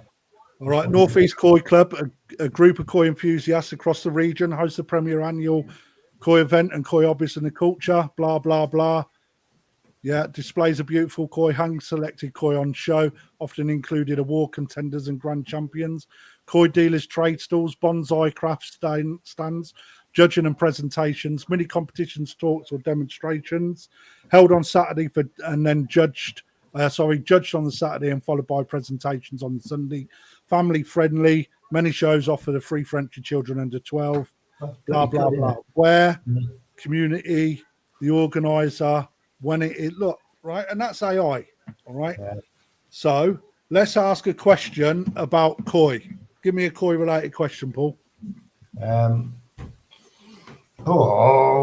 you're putting us on the spot there. What's the best breeder of Shiro Tsuri? Breeders, put plural. Let me not be specific. It'd help if I could spell, wouldn't it? Right, let's put who instead of what, yeah. And are instead of the.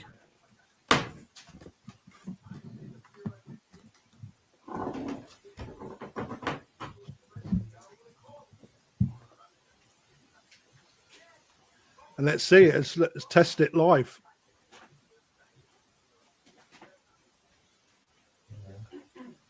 Kobayashi. Omasako. I thought it would. I mean, we pretty much everybody expected Omasako to come up. Okay, so Omasako Koi Farm, located in Hiroshima. Constant award winner, Omasako has claimed the grand pride in the Shiro Tsuri category at the prestigious All Japan Comprehensive Nishikigoi Fair for 12 consecutive years. Right, that's picked up from omasako.com and 15 other places. Right, so if you see here, right, it will tell you where it's picked those things up from. Right, pioneering in size and quality, they were the first breeder ever to produce a Shiro Tsuri over 40 inches, which is about 100 centimeters. That has come from Kodama Koi Farm, right? A signature achievement given by the typical growth limitations of the variety. High volume, dedicated production.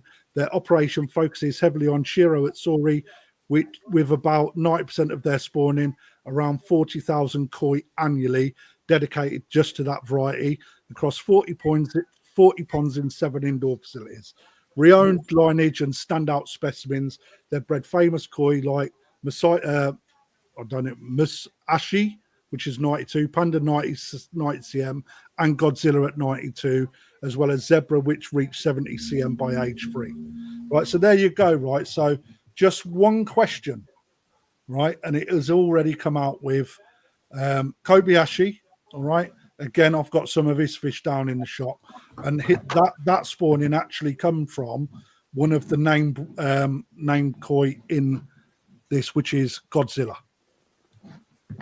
So his parent set, one of them is Godzilla, and I've got some of his koi down in the shop, but because it's from Kobayashi, people don't know his name so well, but he does some absolutely banging Shiro Atsuri. And then you go Marisho, Kaneko, Nagashima. A few of them. NND's one that I thought would have been on there. Yeah, again, mate, it potentially could be. Let's ask it. Right. What about NND Koi Farm?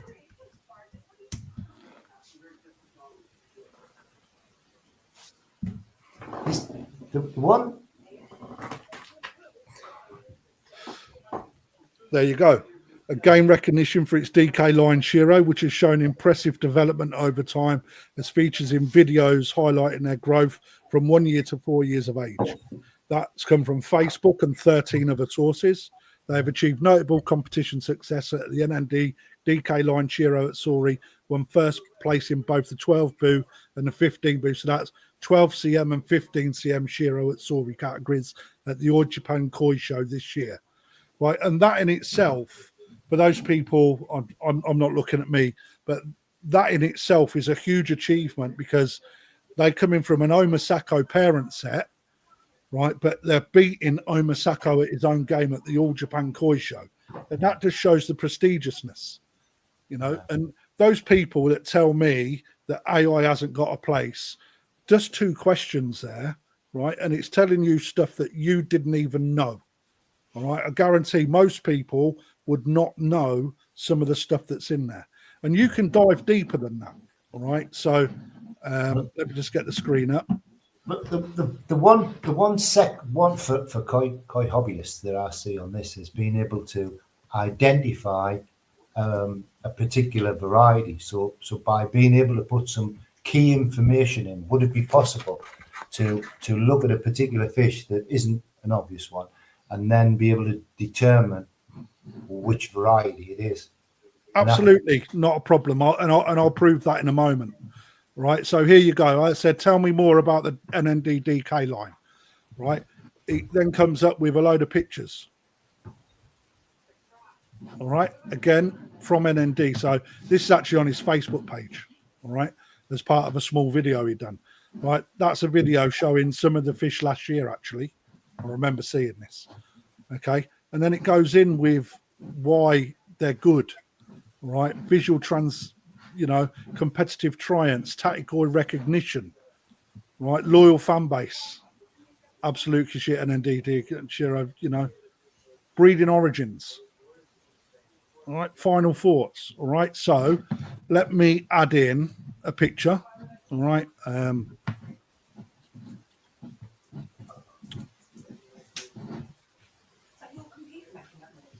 No. I'll give you another one. What's the perfect body on a koi? Let's just find a picture of a fish. There we go. In fact, not that one, because that was one. Is that? Oh no, that's someone else. No, let's do it. Let's do something a little less obvious. Right, we discussed one of these fish last week. So let's go with this fish. All right. I'm going to get rid of that one. Give me. In fact, let's start like this. What type of koi is this? You have to be specific in the question that you ask. Well, yeah. So, what type of koi is this, right? So, I've left it very open. It has got to identify it. So, you see within split seconds there, right? The koi in the image is a Sankey. Base colour pure white Shiroji, primary red markings bright he, patches across the body, right? A very, very basic comeback. And then it gives you then some feedback of what it can potentially do. So he says here, if you'd like, I can give you a quality assessment of this Sankey, pattern balance, skin quality, and how it might develop. That could be helpful if you're considering showing or breeding. And I'm going to say all of the above.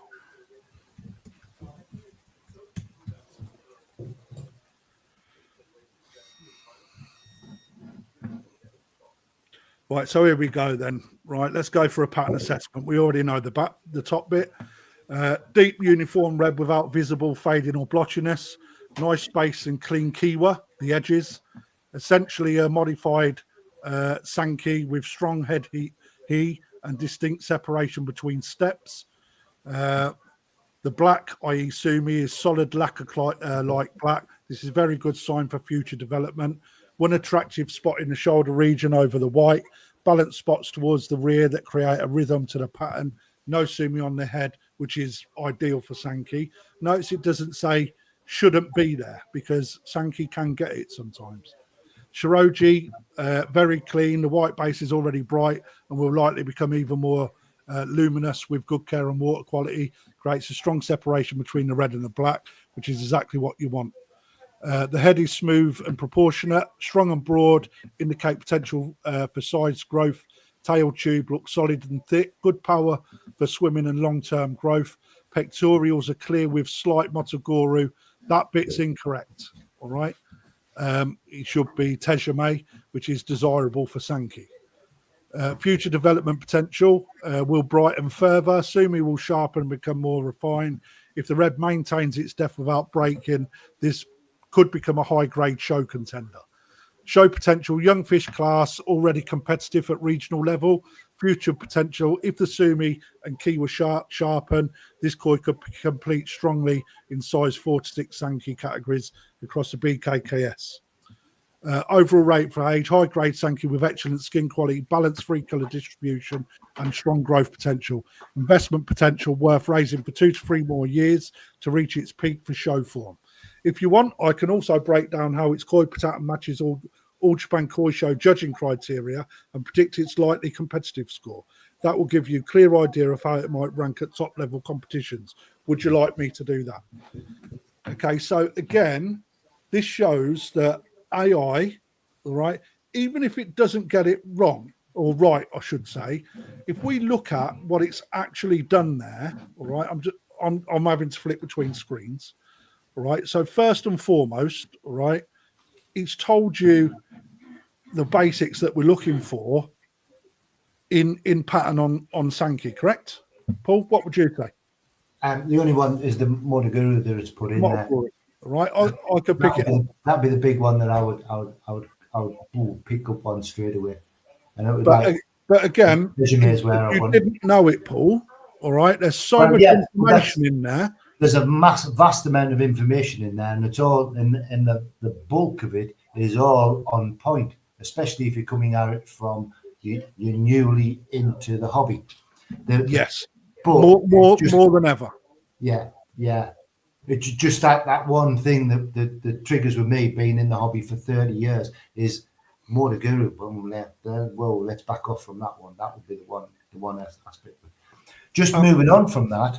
There's one of the guys that's on the benching team was telling me that there's a camera available where what we need for benching, what we can do is we can put on a datum. So you would, in the bowl itself, this is the vat, in the vat, there will be a datum which the camera picks up on. And it will be able to tell us exactly what size that fish was as it was swimming around. Oh, mate, that don't surprise me, mate, because when you look on the iPhone, mate, you can look at something live and actually point a line across, and it will tell you exactly how much it is in centimeters or millimeters. I'd like to have a try of it. I think the camera's somewhat bulky and it's different to what I thought it would have been. I don't know. It's got to be mounted. It has to be like a static view over the top of the vat. So it was, from what I could see anyway, which is a little bit problematical. But I I'd like to see it perform. let's smash this. Let's smash this AI now, all right? And I'm going to ask it a question, all right? How do you know how to judge at All Japan Koi Show level from a picture?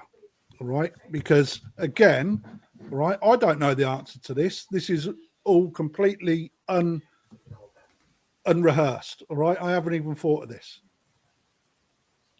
From a high quality top down image like yours, it's possible to make educational observations about variety, conformation, pattern, balance and symmetry, skin quality and indicators, proportion and conformation clues, i.e. head shape, shoulder width, tail tube thickness, potential for future development based on placement and nature of sumi and he.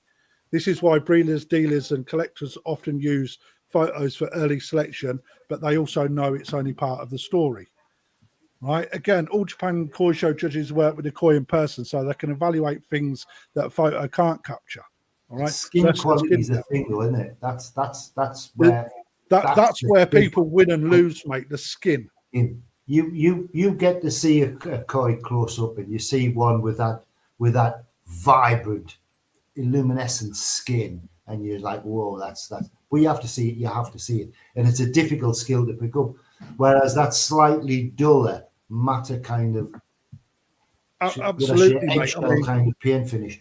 That when you see that, you can, and you've got to see the two fish together to be able to see that and learn about it. I don't know if I'm skeptical as to whether this would pick up on the vibrancy of skin, but I mean, so they do koi shows from pictures as well, Paul. Eh? So yeah, koi are judged against ideal standards for the variety, not against other varieties. The three major judging pillars are conformation, body shape, structure, balance. Again, when you're buying a koi, that is one of the first things you need to understand. The quality of the skin, colour, depth and health, and the pattern. Judges move around the vat, view the koi from multiple angles and watch them swim before deciding, right? But the bottom line is, all right, for your photo, I can give you a well-informed pattern and quality analysis, but I can't definitively All Japan Koi Show grade it without seeing it in person. And it can't see it in person because it's AI. Think of it like scouting a football player from video. You can see technique and potential, but the match day performance still needs to be tested.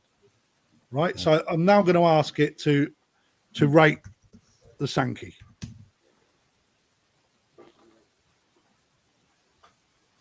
It all depends on the picture that it's given, isn't it? Absolutely. You know, but again, it gives you an idea. At least people can start to understand what's required in showing koi. All right. So, like body shape, smooth taper from head to tail, strong shoulders, healthy tail tube, proportion looks balanced for its age. Head clean and symmetrical with no deformities visible. Fin symmetrical with clear pectorals and light Motogoru. Again, it's not Motogoru, and that adds elegant. Estimates around 34 out of 40 points scored. Slight deduction as body fitness and muzzle tone can't be confirmed in that photo. All right. Shiroji white, very clean, bright base, excellent contrast. Even, deep and free from fading. Keyword edges appear sharp for age. Lack of light depth in the areas it's surfaced. No grey invisible. 26 out. Again, like, you know, it is only... Let's face it, you're doing that when you're looking at a photo when you're shopping online, guys. Right? But I promise you, this is even what you're looking online, this AI is already looking at more than what you are when you're looking at a fish online for a majority of people. You know? So, mate, I wish I could control it while I'm looking. There you go.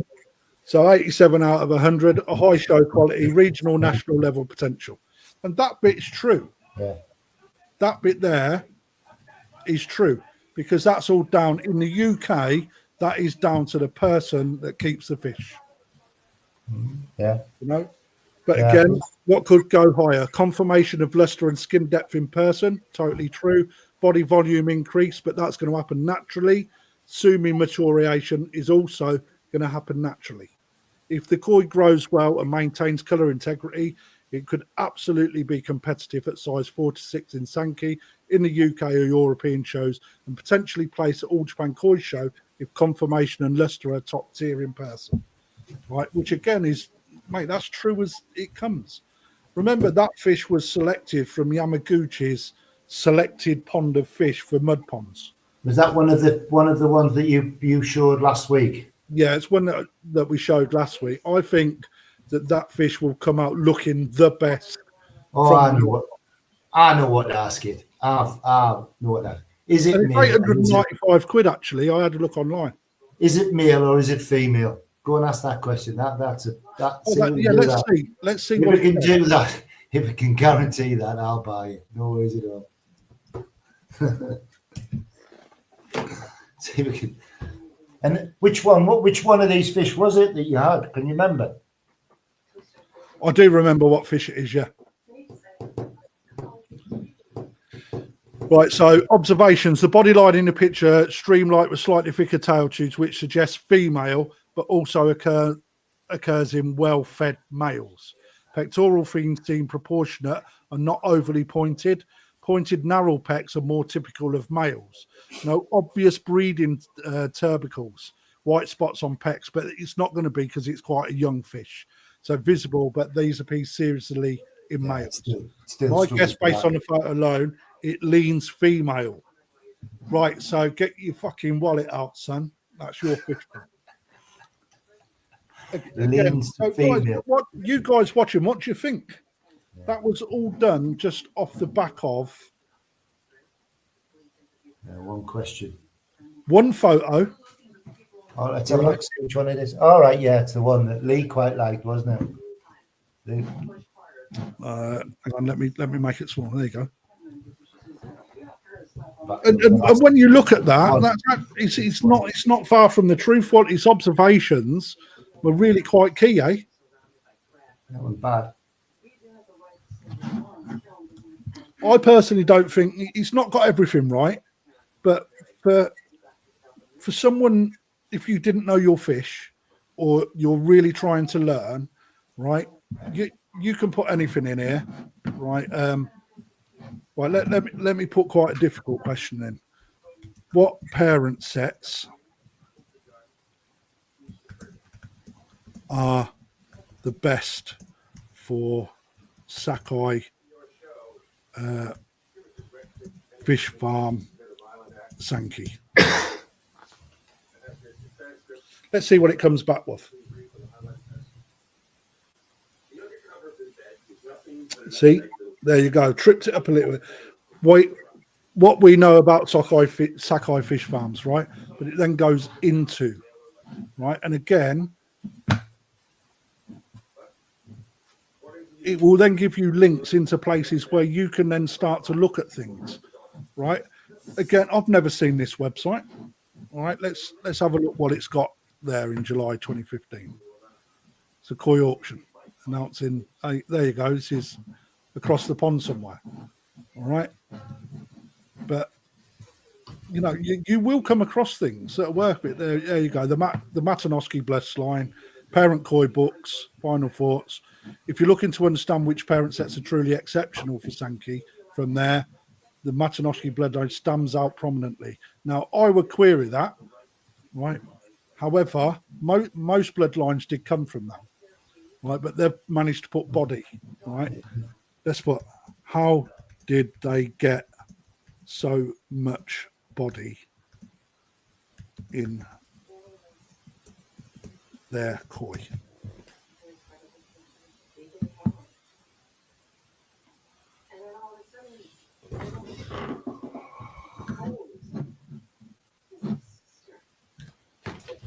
Early life, seasonal growth cycles, nutrition, space and water quality, culling philosophy, patience for jumbo.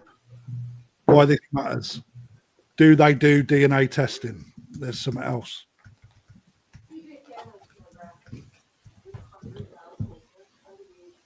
Yes. They've conducted DNA probing on their parent koi. Sakai. Why DNA testing is useful. Bloodline preservation, trait reinforcement, market credibility. It does predict that it doesn't predict the exact pattern of koi will have grown when grown. It can't replace the breeder's eye, and it's not useful for every single koi, but it can do things like that, which is really important especially in earthquake Japan, because lots and lots of breeders have lost huge amounts of parent sets. But if they've got things like that, Yeah, it's really, for me, it's quite interesting because you can pretty much ask anything and deep dive a bit further, and it opens up so much. Whether it's right or wrong is another thing, but Google's there, so's AI. Why don't we use it? Yeah, well, sometimes it leads you up a garden path, though, doesn't it? Or often it does. Oh, mate, come on, right? It may do, Paul, but right, let's look at it. YouTube is the worst for leading you up a garden path, mate. Yeah, that's true. Isn't it? Yeah. This is all research from factual books and publications. Yeah. Incredible sources. Yeah, I suppose so. It would be a useful tool, but it has to be taken and has to be common sense. Has to apply. It's a tool, isn't it? That's common sense has to apply.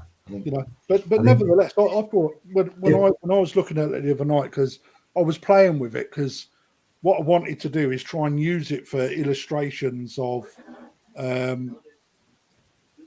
certain varieties, and whether or not I could use pictures from that into stuff for learning aids, to present online, and rather than I can certainly see how it would. I can certainly see how something like that would help, because currently you have to know just know what the varieties are. And that's just you just have to know them. There's not if there was a methodology of being able to look at a fish and go, it's got this, it's got that, right? It's metallic fish, it's non-metallic fish, it's scaled fish, it's Deutsch fish, and you put all those things in.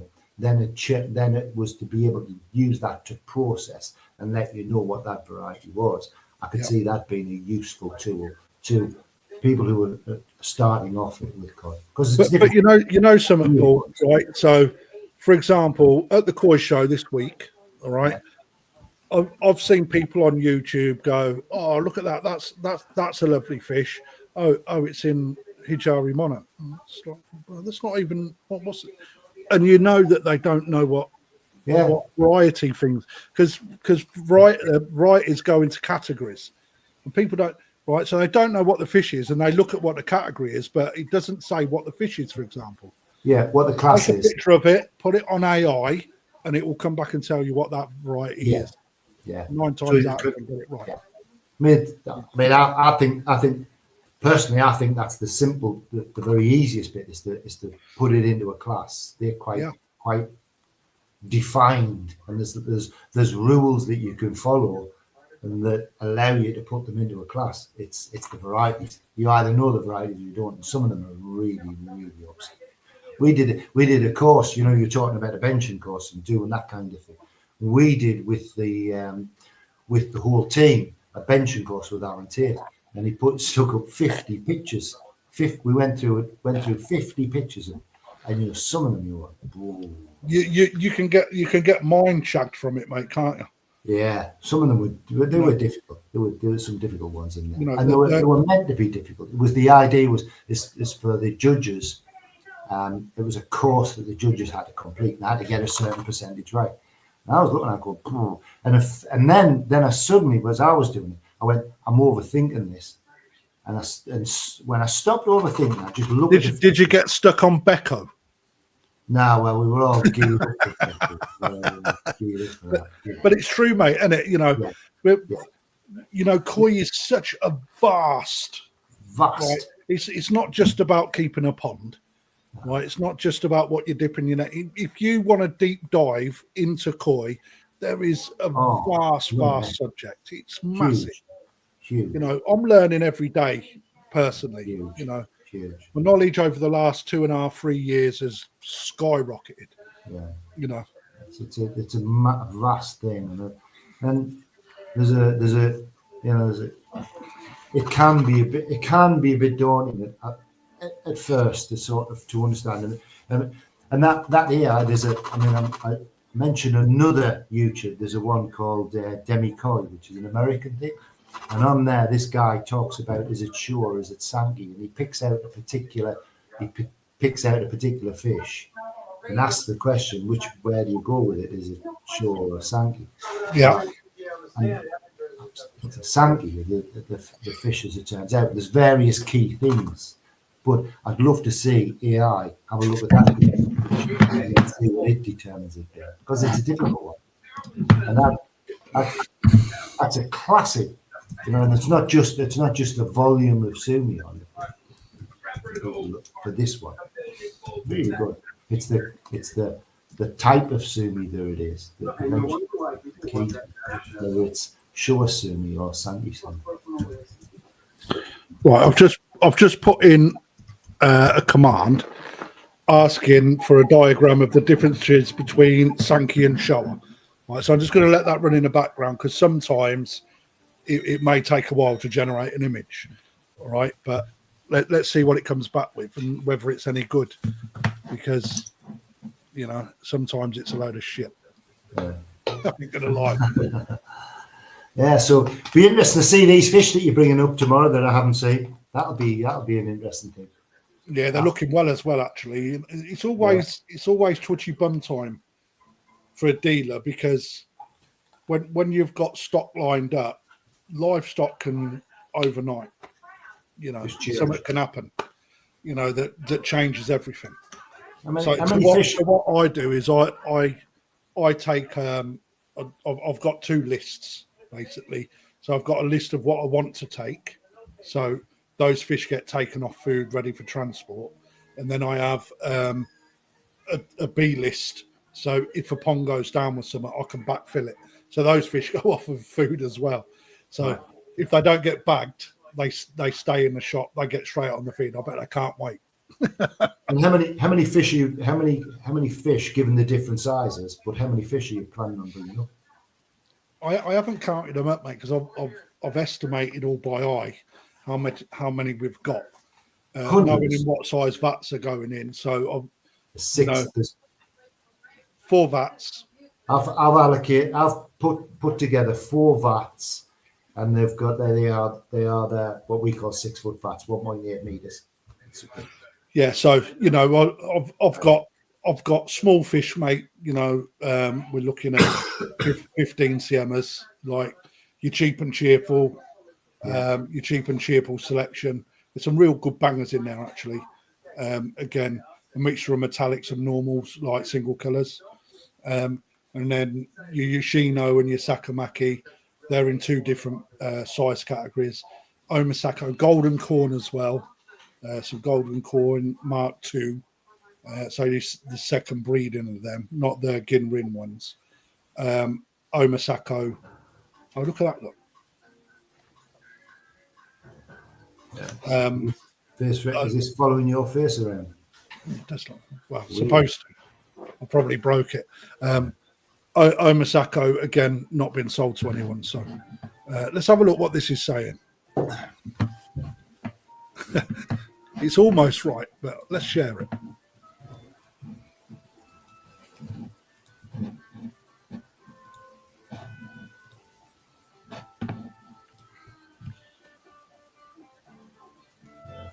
It's almost right. There's not enough sumi on the Sankey, but it's still a Sankey. You know, you're also missing a bit of Tejime in the testings as well. Yeah. But again, it's not a bad effort, is it? Yeah, it's getting there.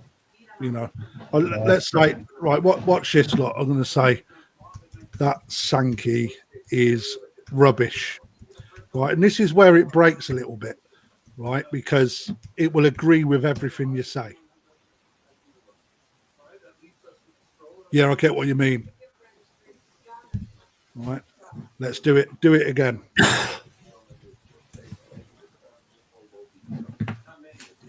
And there you go. It's starting to kick it off. While that's whirring in the background, right? This is how it works. Hi there, Marcus, mate. He's a bit late. Well, you'll see it whirring away, and then eventually it'll go. Here we go. There's a picture, right? But again, it is something that's a tool there that we can all use. Paul, honor to God, mate. AI has been absolutely amazing. Yeah.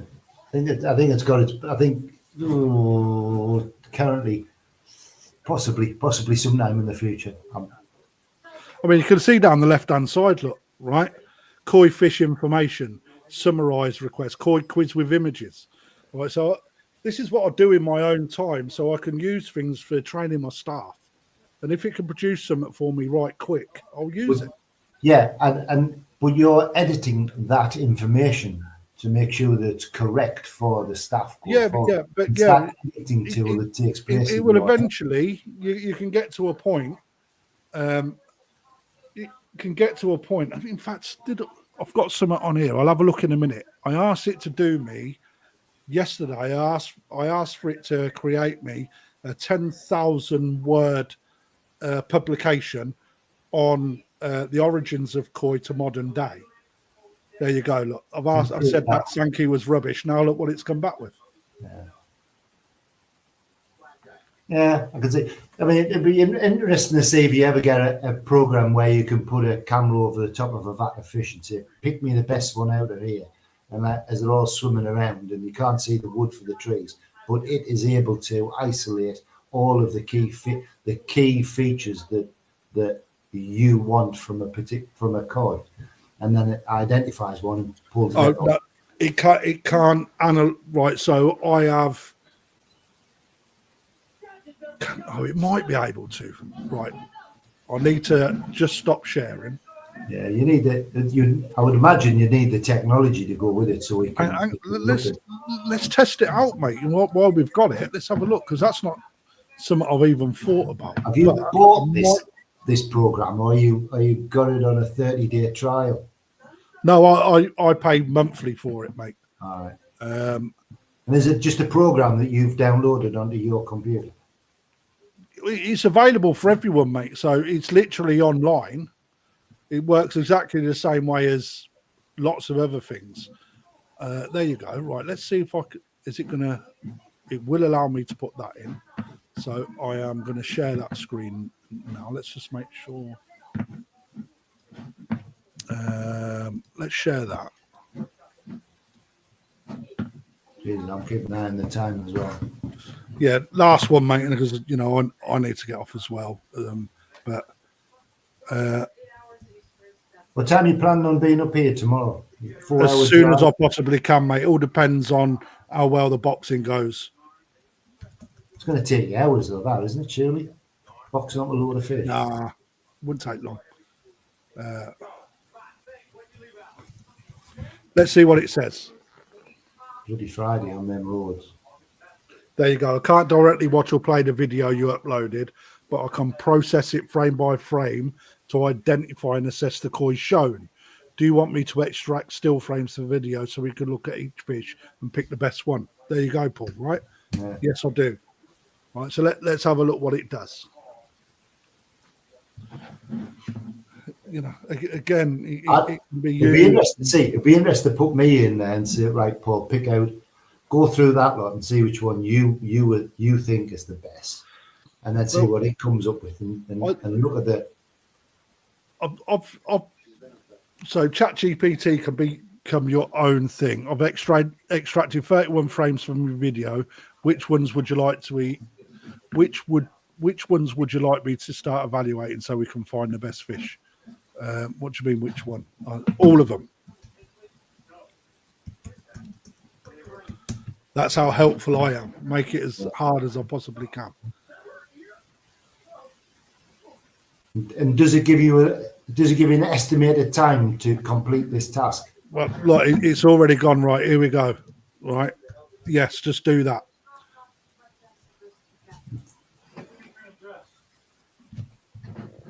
Let's have a look what it's come down with.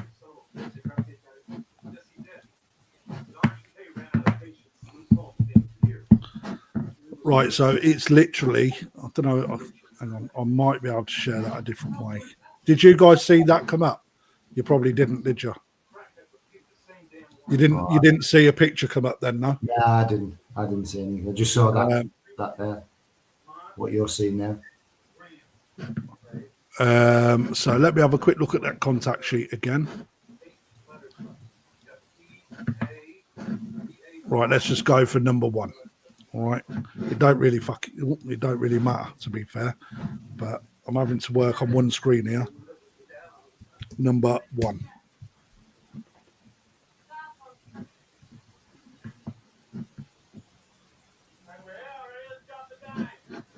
Right, so there you go. It'll isolate a koi from that frame. Then I'll give you a variety ID, quality assessment potential. Do you want me to crop the koi from the frame? Yes. Just put yes.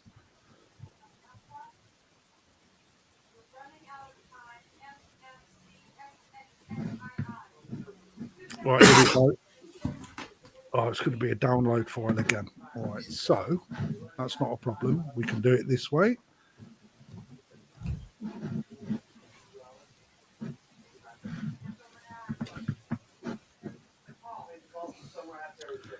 So that's the frame that it picked up from that video. Yeah. All right. So that's what it's saying is, and it's cropped the koi out. Oh, I've got to do it on that. I'm working from 2 different windows because I've only got one screen, so bear with. Right, and this is the one that it said is the best koi. So let's have a quick look. That's just downloaded now. Well, they haven't done a very good job of that. All of them. It's just zoomed in a little bit.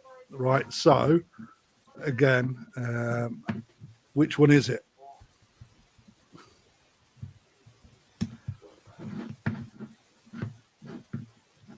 Oh, let's take that off. We'll just ask which one.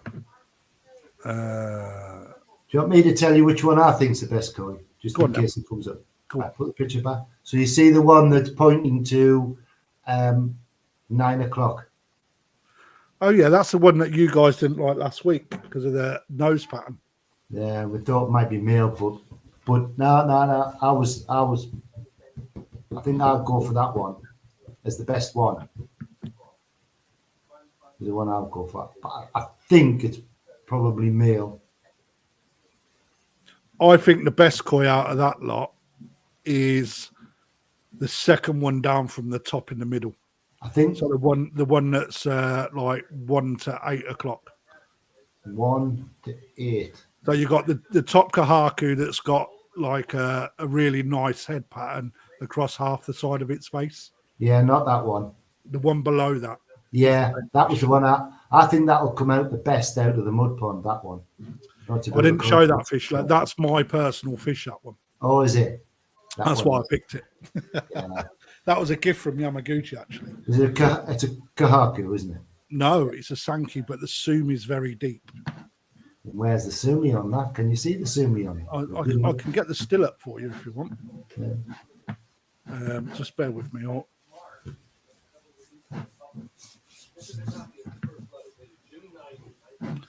In fact, I might be able to show you. It might be easier if we do it this way. Let me bring it up there. So I'll share this.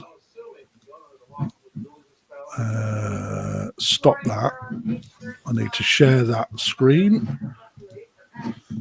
That one, share. All right, so you guys should see this. Yep, you couldn't. Right, so Japanese koi. Right, so if we go down to Yamaguchi. Right, so you're now seeing the individual koi. So that kahaku there is amazing. This one here that I'm highlighting. That's a really nice fish. That one there. This one. That's it. That's the best fish in the pond. Not the one I was looking at. That's not the one I was looking at. But look at the tail. Is the tail on? I can see the tail. Oh yeah, it's been all right. Yeah. So I'm assured that will be all right. But sumi placement in the back, real nice sumi, real nice Benny, good sashi. Right, there's sumi there, right, but the body shape is absolutely brilliant. And then hopefully you can see the video. Can we see that? Nah, it's too small. It's weird, just like a thumbnail. No, that's better. Yeah, that's better. Yeah. Again, Benny in the knuckle of the fin as well. Yeah. We'll not talk about that. Right, again, right. I guarantee people are looking at that fish and they don't see the beauty in it. what its potential. Right? It's got a huge potential, mate. Huge potential. Now that's gone, so you've got to pick the best out of the other ones. Yeah, well, yeah, that was gifted actually by Yamaguchi to me. So, yeah, how do I come out of that bit now? Do I do that? Oh, I do. There you go. Right. So this, where's the Sankey that we just looked at? It's this one.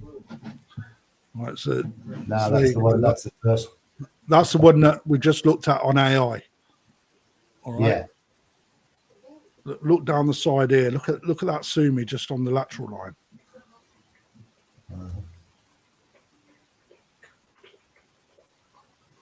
Again, that will separate as well. You think? I think that'll close up. Ooh. I think it'll end up like a window in it. You know, again, which gives it a real good bit of character. Yeah.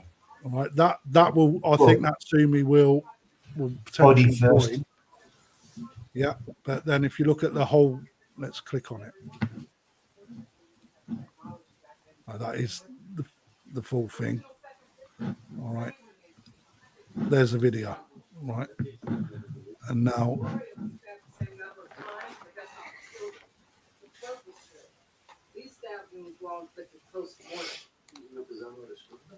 What can you tell us about the weapon? Thin, sharp, very short blade. CSU thought that he used a box cutter to shred the panties in his mouth. The skin is a little metallic. Fantastic. I think the other one. You preferred the other one? Yeah, I think so. Right, where's the one with fish? I think it's that. This is the one you're looking at in the bowl.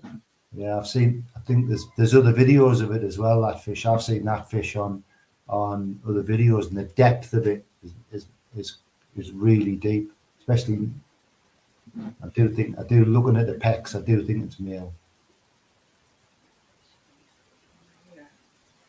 Oh, I love this fish as well. Yeah, I don't know. I think this has got real good potential. yeah, it'll be interesting to see. So when they come out of the mud pond, oh yeah, you've got them under, so you're seeing them all, haven't you? I can't well to take people what I know. Be interesting to see that. I can't wait to tell people what I know, mate, because they're going to be kicking themselves. Now, what was the other one? This was the ugly fish that everyone said was ugly. Yeah, that's the. Let's have a look at it in the bowl. You've got to look at that head pattern, though, haven't you? You're looking at that head pattern. Where's that come from? How's it developed that in nature? Well, you know, how does anything develop anything, Paul, like that? I've got my suspicions about that one. But when you know Yamaguchi's fish, right, his fish really body out early. I must be honest, I don't know them at all. I've been there. So I was there once, and Narita bought all the fish. So we had to leave. Mate, his fish, right, they body out really early. They don't get a lot of length in them when they're young, right? And then the next year, that's when they put that length on and grow into the body. I tell you, it's like, again, that's just another one of them, mate.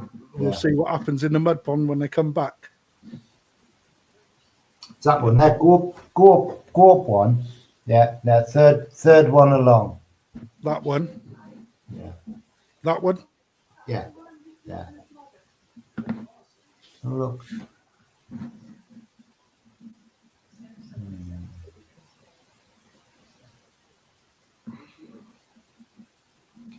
Go. Yeah. Sumi just off that little stray spot. There's a little bit of Sumi under there, right in the pec fin, and just off to the left of it as well, sitting under the skin. A little bit there in the belly, and then in the tail stop there's a little bit as well. It's hard to say. You'd have to see the video of what happened. Well, funny you should say that, Paul, because look. There's a video of it. Yeah, I think that might come out well. That one. Yeah, no.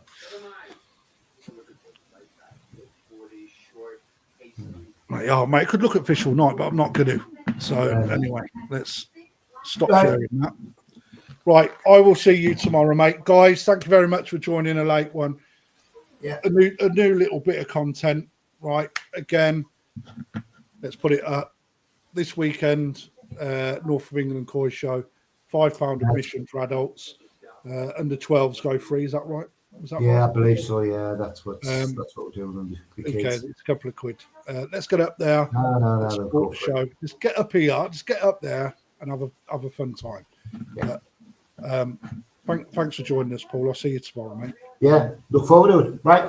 Thanks for you guys. Remember next week, guys, for those of you that join in, Gaz is back on the GKP. Back to him being the host. I hope you enjoyed what I've put together for you, just as a stand-in. I've certainly enjoyed doing it. But until next time, I hope everyone stays safe, and I hope to see you all at the show at the weekend. So if you can't make it, I'm sure that we're going to do some video footage at some point. So, but you should be there in person, because that's where you see the real quality. So, Paul, thank you very much for joining, mate. You're welcome, mate. I'm off to bed. Take care. Have a good sleep. See you soon, mate. Will do. All right. Bye. Bye, Good night. Bye, everyone.